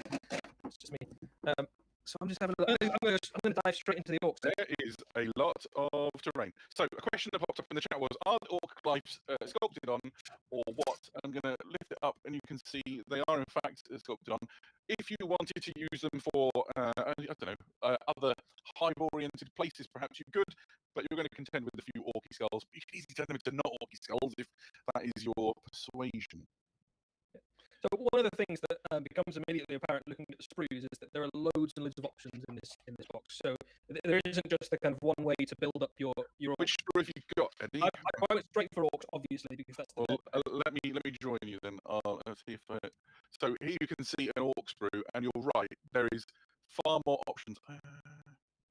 I'll do my best to just hold it steady for a moment, chat, and you can feast your eyes and try and work out what's going on. Obviously, it's a sprue full of models, so good luck. So a cursory glance, I would guess there's probably about twice as many heads as you need, and it looks like you can probably build every model in at least 2 different configurations of combinations of weapons and things, which is pretty cool. I'm also seeing alternate heads for the grots, so if you ended up with a few of those grots, you'd be able to have different versions, which is pretty cool. I have a few sort of plastic stats for you, as it were. All of these things, all of the models in this box are plastic. It would be the first one. There are 150 components that make up the orcs in this set. So there is undoubtedly quite a few options. Looking at the Deathcore of Krieg, he says, scurrying through the box, there are 171 components, so even more, and you can see just helmets and hello. The chat's been asking for one particular thing. I'm going to raise it up so you can get a sense. I don't know if the camera will focus. Somebody was saying, "Is there an entrenching tool?" Right by my index finger. Boom! There is some shovelly goodness, and actually, There are shovels to go on the pouches at the back, just there by my index finger. It looks to me, Two on this frame alone, plus the dug-in one. That's three. I reckon you might actually have a entrenching tool surplus by the time you're done. I wouldn't like to bet my life on it. There's a lot of grenades as well. If you like grenades, and I do, there's a lot of grenades. I think one of the things that's definitely true about Kill Team is that the idea is that you customize your miniatures and try and make them your own, and you decide that this one's going to have lots of grenades, or this one's going to be have all the kind of entrenching tools, or this one's going to be the comms guy and have all those kind of comms-esque stuff. So there's lots of stuff in terms of how you build your miniatures, kind of almost out of the sprue, as it were, as the kind of standardized stuff. But there's also lots of stuff in there to help you customize them. So you can have loads of pouches on if you want, or no pouches if you want, or you can customize the base with like extra entrenching tools and things, or not. There's kind of loose las guns mixed in amongst there as well. I'm seeing a lot of specialist weapons. So far, I've spotted a melting gun, a grenade launcher, a flame. The grenade launcher looks awesome, by the way. He's got the breech sort of barrel broken, which would be like a breech loading gun, and it looks fantastic. There's absolutely stacks of backpacks and bayonet lugs. There's a plasma gun as well that looks like the officer has an option for a bolt gun, a plasma pistol, a bolt pistol, or I guess a rifle. There's a las pistol. There's a little clock like you'd expect an officer in a trench to be using to count down before they run over. There's a smaller medical pouch. I mean, I'm absolutely blown away at how many options there are. There is a question going around in the chat, which is, are these compatible with scale-wise with the Deathcore Krieg models, which Forge World have been making? Looking at them by eye, I'd say they're going to fit very nicely. What we can do in the week is we'll make sure we get some side-by-sides and put them on Warcom on social media for you all to see. Yeah, so you'll be quite pleased, actually. I'm just having a look through the orc sprue as well, and there's loads of options. It looks like you can build almost every orc as a standard commando if were you so inclined. So if you just want to have them all with slugger and chopper, I think you can probably do it. There's also some options there for the orc knob I can see. So the one we've seen so far already has a power claw, but there's also definitely a huge chopper in here as well if you wanted to kid them out with something a bit less technically advanced. It looks like if we go back to the big camera, I can show you. Some people were asking about the heads and sort of how they were attached. Let me show you a couple on the frame. So here you can see the back of the head is probably where it's most useful. The head, that's it, it's like a whole separate item. So obviously it has the piping that goes down towards the rebreather apparatus that the Deathcore Krieg man has, where it has this like Geiger counter and all that sort of thing to detect the toxins. But if you wanted to do head swaps, I don't know, maybe you fancy doing heads on your Deathcore, I think without too much conversion work, you'd probably be there. So if that floats your boat, good to know. More terrain. The terrain is chunky. I'm not going to lie, that's a heavy piece of plastic. The terrain is big. I was, maybe don't get quite a scale of it from the pictures we've seen so far, but it's at least as big as the Adeptus Mechanicus terrain we've seen so far. But I suppose it's orc scale, isn't it? And you've got like some nice big doors on there as well, and kind of big generator fans. It looks like bits of it have been looted from kind of fallen Imperial stuff, but there's an awful lot of just kind of raw orc scrap stuff mixed in amongst it as well. So this here these are some look like portable barricades, fine.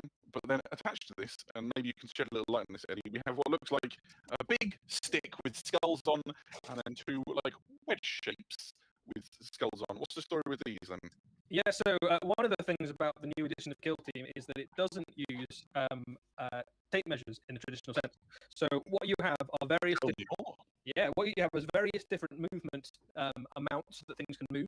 So those markers that you have represent like short range, medium range, long range, and the kind of longest range. And when you talk about how far a model can move, it will be in multiples of those. So it will say like it can move the narrow edge 3 times, or the long thing once, or something like that. And also things like pistol ranges might be represented by the pistol ranges, the length of one of those. I'm holding this here because somebody said, please show the big Krieg sprue. So I thought, sure, I can do that while you're talking. I'm very excited to learn more about the rules. There's a fellow who is the head of our global events for the Warhammer community team called Mike Brandt, and he's been telling me about it. I believe he's involved in some of the things with the Warhammer studio team, and I am super excited for what sounds like a really different way of playing. It sounds sounds really exciting. Yeah. Elsewhere in this box, we obviously have some books. I'm going to quickly whip them open. So, faithful clippers. There's the rules update, lads. We have a Kill Team core book, which runs in at something in the region of, he says, 142 pages, 144 pages. And this has, I'll give a little flick through, guys. It does look nice here. Somebody says it looks chunky, I agree. So, produced by the Warhammer Studio, OBS. So the contents we have, welcome to the Kill Zone, 10,000 Years of War, core rules, open play, match play, spec ops, narrative play, which sounds awesome. And then appendix and some data card segments. And then throughout it, obviously, you've got all the things you would expect from the core book from a game made by the Warhammer Studio. Introduction to the things, fantastic looking. Oh, some of the art on this is absolutely brilliant. That is a Tau Fire being negotiated with by Tempest's Sign. Let's call it a negotiation. Yeah, this is looking really lovely. I won't flick through the whole thing, although I'm sure that some people in the chat would really like it. Yeah, so there's a big chunky core book. So effectively inside this box, you've got the kind of core Kill Team manual, which is all the things you need to kind of play any game of Kill Team. So your kind of core rules and how you apply that to kind of match play campaigns or to narrative campaigns. And both of those have been really carefully thought about for this edition of Kill Team. One of the things that's been really successful with the last edition of Warhammer 40,000 and then with Age of Sigmar is that idea of kind of ongoing narrative campaigns and how you can kind of evolve and develop your warriors as the game goes on, and that's kind of been taken into Kill Team as well, which is really cool. And then the match play, Kill Team has always been a really slick match play experience, and the new edition is going to be no exception. One of the things worth saying is the board tile you get in there is the same size and scope as the previous edition of Kill Team. So I didn't have stats in there. Terrain box sets from the last edition of Kill Team that came with your Thunder 32 by, I think it's 22 by 32 board. That board's bad. That all still works. All your terrain, all the kill zones that you might have made previously are all work with the new edition of Kill Team. So you don't have to worry too much about throw out all your own terrain and get new stuff. But obviously you kind of want that cool orky Kill Team. So somebody said, question, can you show us a stat block? Assuming a stat block, you mean like a data sheet or something like that? These are the veteran cards and data cards here. So let's have a cheeky little look. I'll be honest, I don't know what all the words mean yet because I haven't read the rules. Yeah, so this edition of Kill Team is fundamentally rebuilt from the ground up to be a complete rework, isn't it? And it looks amazing. So obviously, we don't really have the time in this preview to kind of talk through the rules in detail. If only we had an entire community website where we could feature articles explaining every detail. If only, Adam. And luckily we do. So if you follow the Warhammer community website over the next days and weeks, we will tell you all about the rules for the new edition of Kill Team. There's loads and loads of stuff in there. One of the things worth saying as well, obviously, is it just orcs and... I don't think it's going to update all the factions. The rulebook has a picture of some Space Marines and some Chaos Space Marines having a fight. So all of the factions that you'd expect to be in the new edition of Kill Team have made the transition into the new edition as well, and they can carry on their fight and their battle. But I think a lot of people are eyeing up those Krieg and Orcs, which have been, for the first time really, a plastic kits that have been designed with the intention of creating a Kill Team, which is really exciting almost as a concept just for Warhammer 40,000, because forever Kill Team has been a place where the units that you use in your army have kind of made the transition. You can make Kill Teams out of them, but they've never been made with that intent. Whereas now you've got kind of spec ops units specially designed to be Kill Teams. And if you kind of extrapolate that across the rest of Warhammer 40,000 and what the future might hold, it starts to be really exciting. So no more details on that just yet, but that could be pretty cool. Nice little card packs, so you can slide the cards out. I'm very excited. Right, but I feel like a kid in a sweet shop, and I should probably be on a live stream. So let me look at some of these questions. Can we build a standard infantry squad with these Krieg models? Yes. Looking at it, yes. As in, you can have 10 Astra Militarum guardsmen with las guns. You definitely can, and more than that, you get the option for the special weapons you'd expect as well. So I think you spotted it earlier, Adam. You've got a plasma gun, a melter gun, a grenade launcher, a flamer. All the classics are in there. Can we get the Krieg artwork separate? Probably at some point. Yeah. We can probably do that. That doesn't seem unreasonable. Has the size of Kill Teams in average game increased? Remains to be seen. Looking at it, I'd say about the same sort of size. Yeah, so this building is different in the new edition of Kill Team. Obviously, it's brand new rules, brand new environments, brand new abilities. So the points change so in the sense that you might not have the same number of models, but you can still expect it to be roughly the same size. You're still talking about, a handful to a dozen miniatures in your kill team. My first official kill team dice roll, half the dice went on the floor. Sorry, everybody. Did you roll well? Well, I don't know, because the ones on the floor don't count. There you go, 2 6s, 2 1s, 2 2s, and a 4. Almost statistically average. I'll take that. So, somebody said, can I count the number of heads on the death court of Krieg, Sprue? I was once asked to do a very public challenge while I was on a hangout and hobby. My wife leaned through the door and passed me a jar of crinkle cut beetroot and said, could I open it? And suddenly I was being watched by like nearly 1,000 people opening a jar. So counting Krieg heads feels like a similar sort of feat of skill, and we'll leave it at that. I am aware we have eulogized over this amazing set for quite a while, Eddie. It is amazing. Let me just quickly rattle through those questions I was writing down and see if there's any others that we can cover. Is it a limited edition /made order? It's going to be available whilst it lasts. All the constituent components within it that you might need for the rest of your collection will be available at some point as well. So don't panic, but do buy it if you like the look of it. Are the new rules new? Yes, they're entirely new and designed especially for awesome skirmish combat. Miniatures are not push fit. It's a multi-part kit, more akin to many of the models throughout the rest of the Warhammer 40,000 range. Are there rules for other teams and factions within the new edition? Yes. Not inside the box, is that right? Yeah, that's true. Yeah, there'll be a companion book released alongside Kill Team at launch, which effectively rounds up all the rest of the stuff in Warhammer 40,000 and allows you to carry on playing with all the different factions. There's a question in the stream that says, is there stuff other than Kill Team in this stream? Yes, that's why Raph is trying to move us along, because I spent too long being excited about my box. Are commandos compatible with your codex? Yes. Is there a good way to get into Kill? Is this a good way to get into Kill Team? I'd say it might be the best way to get into. Well, the best way ever. Yeah. Is there a shovel? At least 3? I think 4. At least 3. There could be 4. Will they be available separately later? Yes. Are the gifts opted on? Yes. When? Soon. Will Chaos Space Marines have 2 wounds in this new edition? I don't know, because I don't know what stats mean in Kill Team yet. I think things got loads of wounds. Right. Whew. This has been amazing. I hope you're as excited about Kill Teams as we are. Why don't we play another video, and we'll be right back.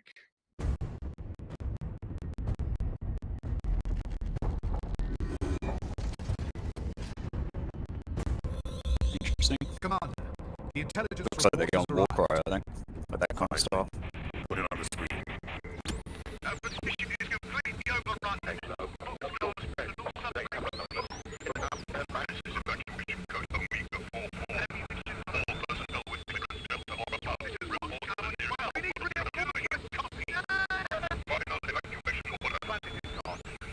Which system is this?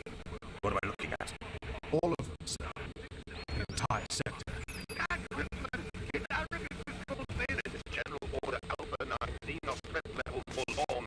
Report. Put everything you have on signal starry now. Issue Order 827 Extremis. Activate the kill teams. I need to know what's going on in the Octaria sector.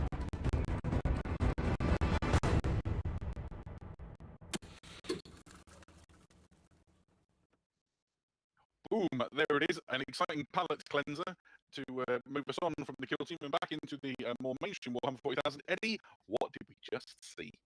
Cool. So this is Octarius, Warzone Octarius, which is the next big narrative jump for Warhammer 40,000. Kill Team ties into this because the Kill Team new box set is set within this region of space, but all of Warhammer 40,000 is going to be impacted by this new narrative. For those of you who know your Warhammer 40,000, Octarius is a region of space which is a vast orc empire, and what the Imperium has basically done is they've directed a Tyranid hive fleet into the middle of this orc empire in the hope that what would happen is they would sort of wipe each other out and mutual destruction would follow. That didn't actually happen. What happened was that the Tyranids managed to find loads of biomass to eat and basically chowed down and made loads more Tyranids. And the orcs have had the time of their life fighting against these massive, enormous monsters and got even tougher and stronger. And now both huge enemy armies, the Tyranid Hive Fleet Leviathan and this massive orc war, are both stronger than either were to start with and are now threatening to break out of the Octarius region. And the Imperium is desperately trying to A, keep them contained, and B, undermine both of these different forces by kind of surgical strikes, including things like the Kill Team missions that we know about, undermine both the Tyranids and the Orcs to make sure that there isn't a clear winner in this battle. But effectively, it's just a really cool narrative thing for Warhammer 40,000. We haven't really explored this before. We've seen Octarius mentioned in kind of, footers and codexes and stuff, and kind of like throwaway lines in the odd bit of fiction here and there, but this is the first time we're really going to dive into that sector in detail and find out what's going on. And there's an awful lot of stuff going on from a kind of political perspective in there. You've got inquisitors with various different agendas who think that they should let the Tyranids win, or some of them think they should let the Orcs win, or some of them think they should keep them contained, some of them think that's a terrible idea. There's all these kind of different shadowy figures pulling the strings in the background. And on the front lines, you've got this immense kind of three-way battle going on between the Tyranids and the Orcs and the Imperium that are desperately trying to keep them into this sector. And all of this is wrapped up in a new campaign book that brings loads and loads of narrative, but also brings loads of lots of different ways to play through this narrative campaign, and also some different rules for some different armies, as you would expect. So it's a really fun thing for Warhammer 40,000 if you're into your narrative particularly. It also gives people from quite a wide spectrum something to be excited about for Warhammer 40,000. Essentially, if you are Imperial from a number of different sort of factional leanings, if you're into Orcs, if you're into the Tyranid hordes, then there is something here for you, and that is a delight. Well, that's cool. We are not done by any stretch. Should we go to what I think might be your favourite segment? I got pretty excited about Kill Team, but this might also be my favourite segment. Right, you gits. Enough mucking about with them plans. The boss says it's time for the war. And the hoopies think they know what's coming for them. But what they don't know is we've got even bigger squigs. Whoa! Squigs so big they can pull an old rig of boys. And they're dead killing. The boss has got himself a squig with massive teeth to ride on. He ain't gonna walk like the rest of you sad lumps. What? Oh, he is. Well, he's the boss. He can do what he so well likes. Doomies reckon that he's got a garden all nice and dead. They'll never suspect the boss is using it as a super shooty command center. Also, I heard the great white squid with that hard as nails boss Great White Squid. brag band. Like it's cool. Even the regular boys have got some new stuff. And about them copters, the mechs forgot how to build since Blackreach. Well, they remembered them again. Right, that's the signal, boys. Time to get stuck in.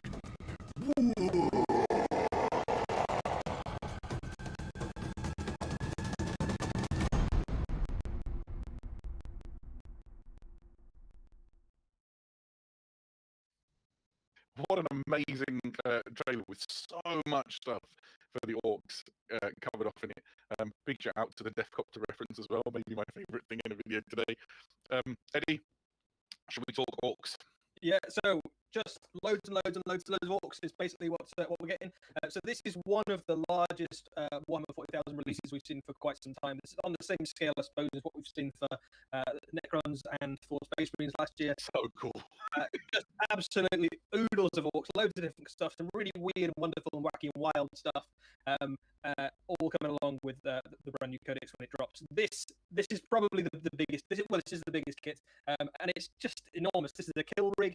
Effectively, what you've got here is this is the Beast Snagger kind of transportation system.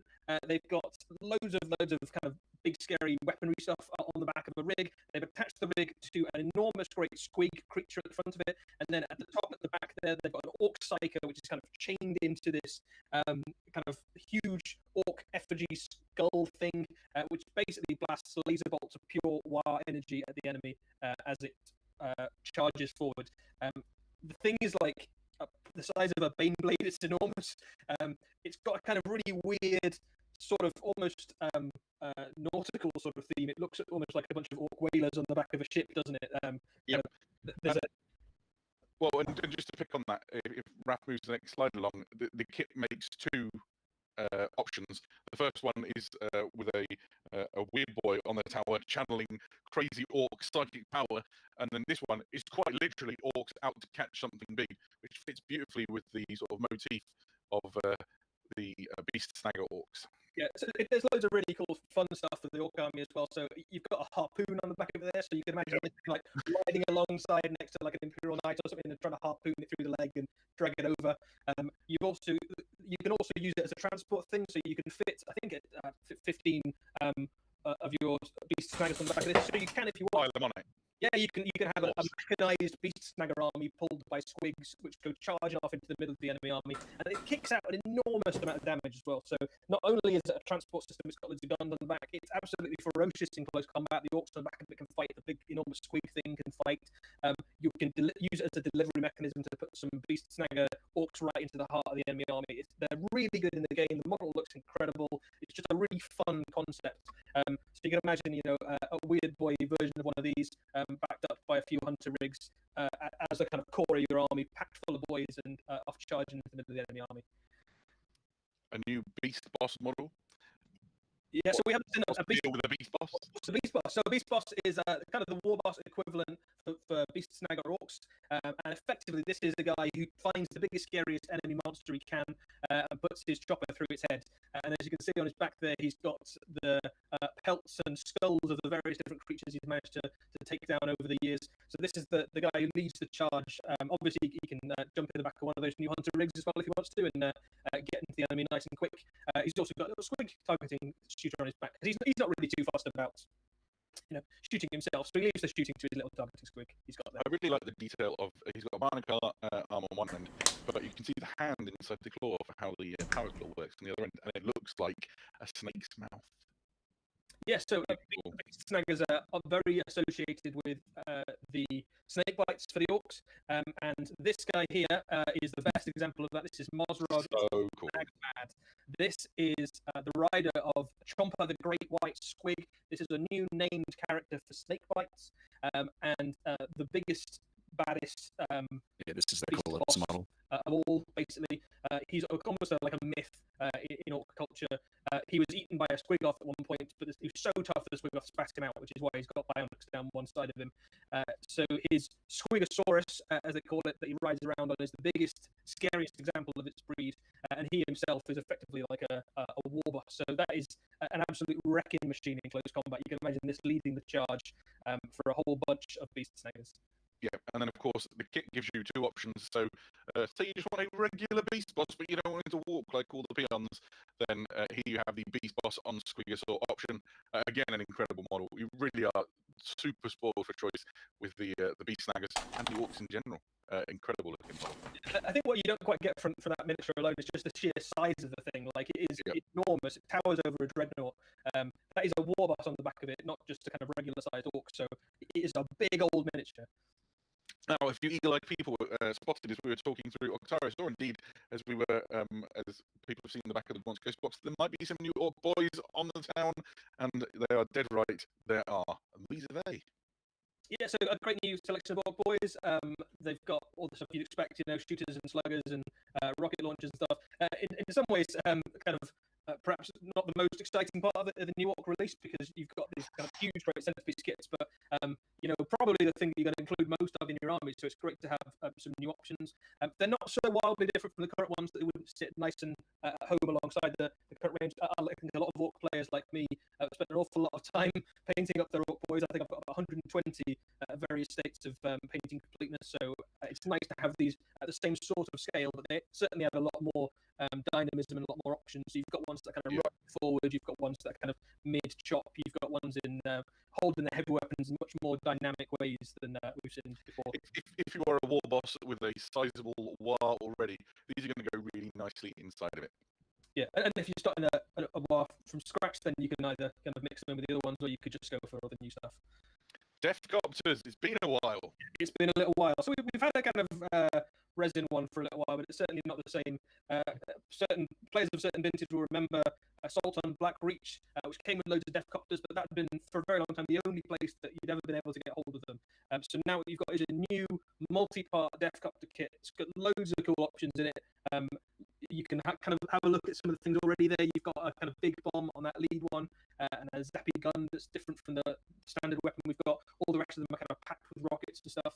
They're not so dissimilar again from the Black Reach ones, but if you've got a war that's including some of those classic Deathcopters, you certainly could have these sitting alongside them and they wouldn't look wildly out of place. But I just noticed that somebody in the chat pointed out a feature which just killed me. There's little rockets on the prop blades. as you make it spin, right? I hadn't noticed. That's amazing. Thank you, whoever that was in the chat who said that. Fahrenheit 42. I've looked at these several times and not noticed. I love the one with the chopper there, because he's you know, you can imagine like an orc mentality of like, I've got a helicopter now, it's got rockets, but I'm also going to take with me a big knife because I might get close enough that I can also stab someone while I'm riding my helicopter. I think only orcs, optimistic, isn't it? only orcs would go for it. So this is coming kind of out of nowhere. This is the Big Ed Boss Bunker. What is a Big Ed Boss Bunker? It is effectively a Gargant's head that has been either decapitated or they haven't quite finished building the rest of the Gargant yet. And effectively, it is the command center for your war boss. So if you have either a beast boss or a war boss, or kind of whoever, big mecha or whatever you want to use to lead your orc army, you can sit him in the middle of this and he can kind of shout his commands through the enormous great speaker system on the top of that, and all of the boys nearby can know what's going on. It's also got like absolutely oodles of shooters all over it, so you can put like just bolt a whole bucket load of shooters onto the back of it if you want to. And it sits really nicely alongside all of the orc terrain. If you were so inclined to pick up the Octarius kill team set, this added to that kill team set would fit right in as part of your battlefield if you wanted to kind of do an orc scrap town, which I do and will be doing. I love it. I also like the sort of loud hailer things at the top. You can just imagine an orc standing there being like, oi, oi, oi, charge him. Giving it large as he shouts orders around. Yeah, absolutely. Wow, there is a lot of orc stuff on the horizon, and orcs are bearing down on us quite soon. Is that right? They are coming very, very soon. So previous previews, we have announced the Beast Snagger Army launch box, and we can reveal today that that will be available to pre-order next Saturday. So if you're excited, next Saturday, if you're excited about orcs, you do not have to wait very long at all before you can start getting your hands on some of those. That is the one with all of the Beast Snagger infantry. It's got the Beast Snagger Swig Hog boys, a few characters in there as well, and perhaps most importantly of all, if you are a diehard orc fan, it has your new orc codex. That's the first place you'll be able to get your hands on that. And then if that box isn't your speed, the rest of the orc stuff will be along very soon after it. So not long at all to wait. If you're an orc player, you're about to be absolutely spoiled because you've got that box set, you've got Kill Team on the way, which has your whole battlefield of orc terrain, and your new commandos. You've got all of your amazing squigs. You've got new boys. You've got Deathcopters. You've got a bunch of snakebite characters coming. You know, if this is basically the best year ever if you're an orc. Yes, I think you could be right. So, I think I'm going to have to check my notes. We've gone blasting through so much stuff so very fast. We are 10 minutes behind schedule. I hope you've been enjoying yourselves as much as we have. Now is the part where it says begin to wrap up, which means we just resolve people who to stay in because maybe it's not all done. But I will begin to wrap up by thanking the 37,500 people who are currently in the chat enjoying this incredible Warhammer preview online. We have had Warhammer 40,000 Kill Team Octarius with plastic multi-part Death Squadron and plastic multi-part Orc Commandos, huge piles of scenery, amazing new rules I cannot wait to start reading tonight. Beside myself, we've seen the next narrative arc for Warhammer 40,000 with the Octarius book, and seeing Inquisitor Cryptman's mad schemes coming to fruition. And I can't wait to see how that all pans out for the old man. We have got orcs, like a literal green tide, just exploding our way over the next few months. That's going to be amazing. Whew. It's been awesome. Everybody who's joined us here in the chat, we would like to thank you for choosing to spend some time with us, and we hope you've enjoyed it. Eddie, thank you for knowing all the stuff, making me look just a little bit... Just love orcs. making me look just a little bit cleverer than I maybe really am. For Raph for pressing the buttons and being an absolute savant with all the images and stuff, and for organising the quiz. I hope everybody enjoyed that ahead of time. To Notley and the Moderati, who have made sure that the chat has flowed smoothly. It has been a delight. Last time we did one of these things, somebody complained in the chat that we didn't leave them with a tease at the end of the show. Switch back. We're going to say goodbye. Thank you very much, and we'll see you again soon.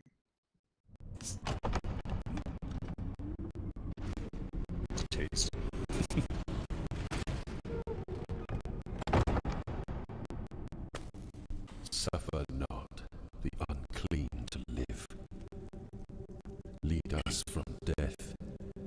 victory.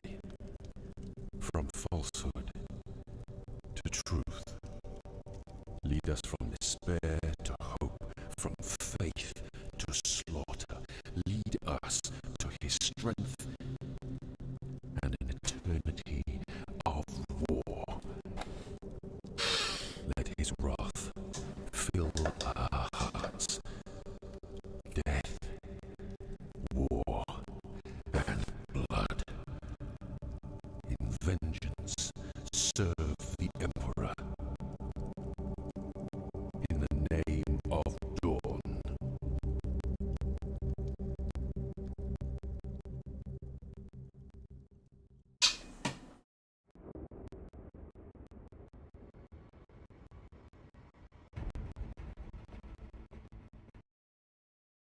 Oh, there you go. Right. You want to switch back to S3? Yeah. Oh my God. That's a lot to unpack, isn't it? So Oh. basically, everything you own for Kill Team is now obsolete. Thanks, guys. Is that what you got out of that? I mean, it looks great. Like the models, wow. Add to shopping cart straight away, right? Like they're incredible. I don't think about obsolete, but pretty much all the rule books that I've been gathering for the past like 3 months. That's what I'm saying. Like everything. Like if you're going to play Kill Team competitively, like it's pretty much a different game now. It looks like they're going, as I was saying during the thing, I think they're going the more Warcry vibe by the look of it. He said multiple wounds, didn't he? For characters, that's how Warcry is. Yeah. With Warcry, you have an X amount of wounds for a character. Like a certain character might be like 8 or something, 8 wounds for a normal dude, and then you just when it's gone, it's dead kind of thing. Interesting, but those models are insane, right? Like, I mean, even just from a model point of view, like I'm sure that's going to be yummed up. I think the limited release, I knew that was going to happen. So I think. Yeah, that box set on. What do you think that one's going to be worth? I think it's going to be worth quite a lot. I mean, that's a shit ton of scenery as well.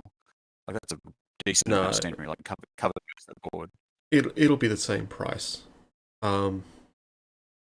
because the starter sets have the same amount of scenery as well. Yeah, no, it's definitely a good looking starter set. Like, and the 2 forces, I actually haven't. There's never been a Kill Team box set which I've wanted to collect. The actual starter sets that they're putting there, like both of them. This is probably the first one. This one has 2 forces that I'd definitely collect with the options that I'd probably want to. So from that point of view, pretty good like that. But I'm more worried about being a competitive player. I'm more worried about the actual game rules itself. Who knows what they've done there? That could be random. But yeah, they didn't give many hints there, did there? I did see a few little bits and pieces. But it wasn't a lot there to really sink your teeth into. But they're going to be bringing out articles for a while, I'd say. In the community, like he hinted there.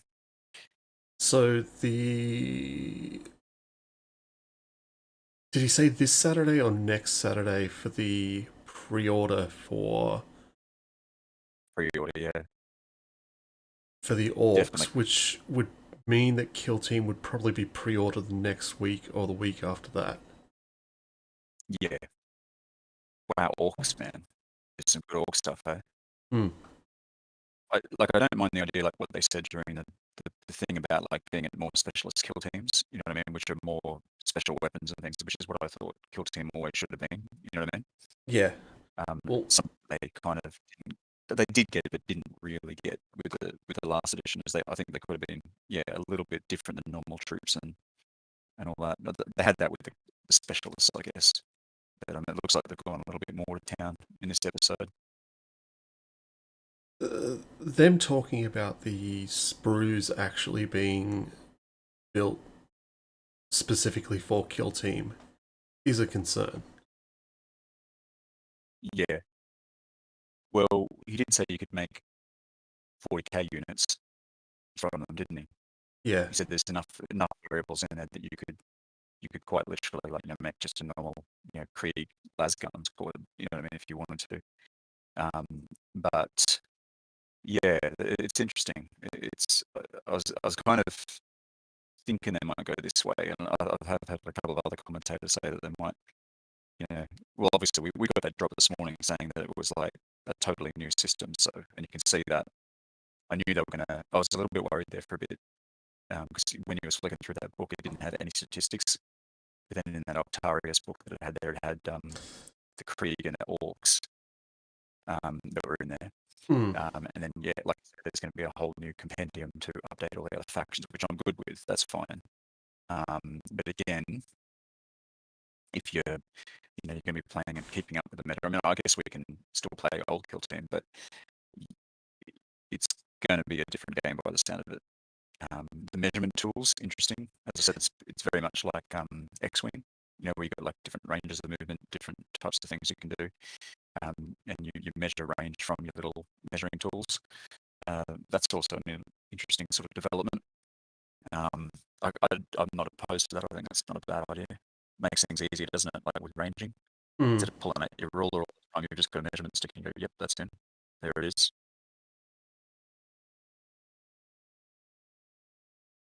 What was your favorite thing from that?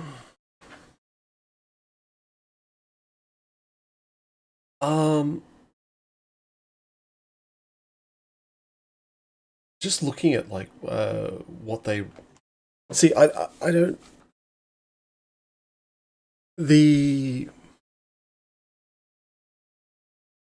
it's hard. Like I'm sort of like, it's a good thing, but it's also a bad thing. Like I don't think. I think the each unit being on its own sort of like data card is not a bad thing, but I think they'll try and stop as many combinations as possible, like what was being speculated, that you'll be able to basically buy a box like with Warcry, where it's like, this is your band. Like they may actually, I think that's what I was kind of thinking.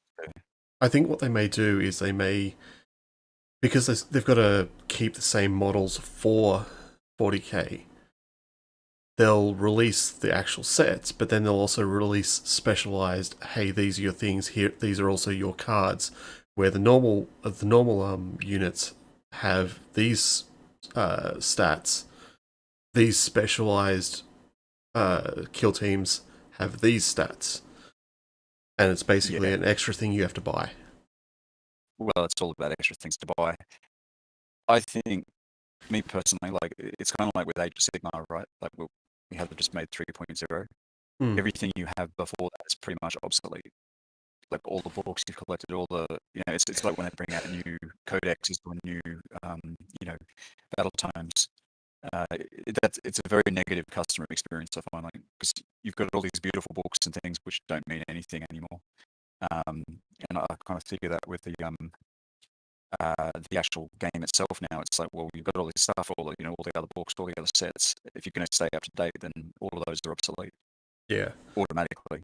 Which is quite negative when you look at it from a customer point of view. It's very, wow, okay, I've just invested all that for the last few years and now it's nothing.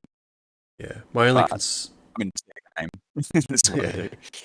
My only concern is the measurement tool. I think whatever they give us, it's probably going to work. It's probably going to be like not oversimplified, but simplified enough that hopefully the whole like ambiguous rules are gone. It's basically, this is actually what it is. Games will flow faster. I'm hoping that happens. Even if the rules, but just that, like, so you'll be able to move or shoot X amount of times the distance of the ruler. It's like, are we really going to sit there and go 1, 2, 3, 4? It's like, give us a tape. Give us a tape measure.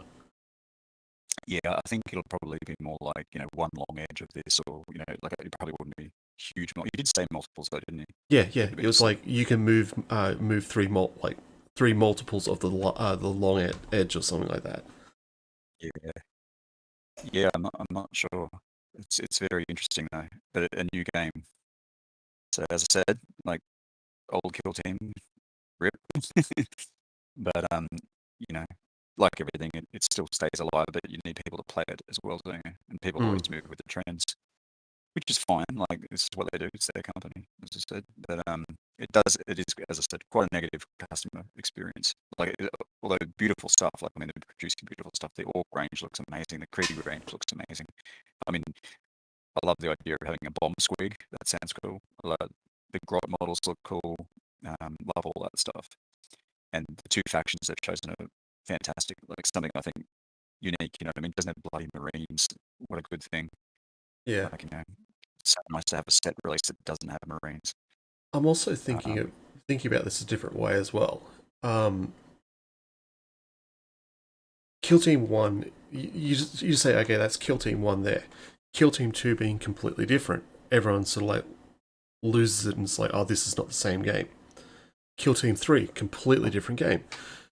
Coming from playing the Final Fantasies and that, no Final Fantasy is exactly the same.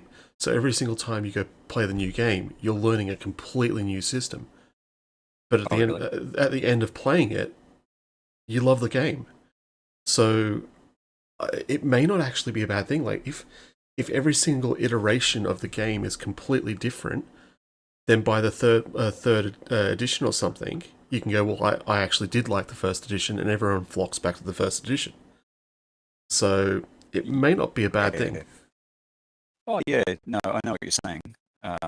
I'm just more talking from like a customer experience. You know what I mean? Like, where you've got, if you want to stay up, say you want to go to Games Workshop and that's your local place and you want to play, they're not going to be playing Kill Team 1, are they? No. You know what I mean? Like, ever again. So I mean, like, it's pretty much gone as far as like on a scene level. Yeah. In those kind of places, that's fine. Like, as I said again, like, it's just my opinion. But I just hate having like useless items that I've bought. You know what I mean? Yeah. Sitting around, which don't mean anything anymore. Yeah. I feel like Games Workshop's one of those companies. I know they're never going to do it, but they should be this sort of company that releases free rulebooks, because they change it so much. You know what I mean? That having free rulebooks could nearly counter that, but they're never going to, obviously, make so much on their books. Well, yeah. the fact that they started flipping through the book just then led me to believe it's like, look, like, either they're not caring so much about the rules anymore, because they know that they'll sell the miniatures. So this is this is just them going, hey, here's the book. If we accidentally leak something, well, I've seen this. You know, like, a lot of people have been saying that Games Workshop are not a gaming company anymore; they're a toy company. Yeah, pretty much, and it is kind of the truth if you have a think about it. They're selling the next toy. You know what I mean? And the rules are just something that they have there. You know what I mean? It's like a secondary thing to the toys now, not like it was when they first came out. And that's fine. I mean, as I said, like, if they're a company, they've got to evolve and they've got to grow like everything else. And they are. I mean, they're doing very well, obviously.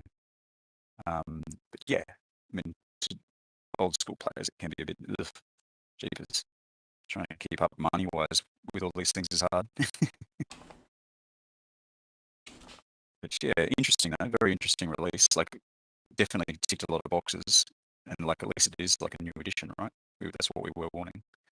So we can't be too sour on that, because that's what everyone was wanting in the community. They were wanting a new edition of Kill Team, like 2.0. So this is what we're getting. They didn't actually refer to it as Kill Team 2.0, though, did they? No, they definitely did say edition, though. Yeah, they didn't call it like a second edition. They just called it a totally new game, basically. Which is interesting. Did you get any rats painted in that time? Yeah, kind of 15 glued to the screen, really. I started painting when they started waffling on about some stuff, and then it was like, oh shit, I should be listening. Yeah, I got 15 done. So yeah, cool. Looks like most of our audience has dropped off too. They've all got what they wanted, but yeah, interesting. I think we should do maybe a follow-up video tomorrow, like, with our thoughts after we've had a bit of time to think about it. If you've got time, I mean, it'd be in the afternoon probably for me, or early morning. Yeah, after the fight. Yeah, after the fights. Um, yeah, I'm just getting some. I don't know if you can see Sigval, but he's starting to get there. Null oil? No, I've got gloss agrax, and what I do is I water it down with not contrast medium, wrong one. Lamy medium. I don't know if you use that, but it's awesome. And No. just to make it not so dense, because I wanted it to be quite bright still. Okay. Yeah, but it works pretty cool. What do you reckon, dude? We wrap this one up. There's only, I think everyone's pretty much left chat. Yeah. Thanks, That was whoever's pretty left. good, really. Yeah, legends for sticking through, and thanks. Big shout out to Sammy Riviera. There was good in the chat. I think everyone else is just watching the stream. Yeah. But they're more than welcome, and glad you guys joined us. But yeah, if you'd like to subscribe to our channel, please do if you're watching this in arrears, and when all this has already been released. But I'd say for now, we're War HQ. My name's Lucius and Kaisel, and thanks for watching.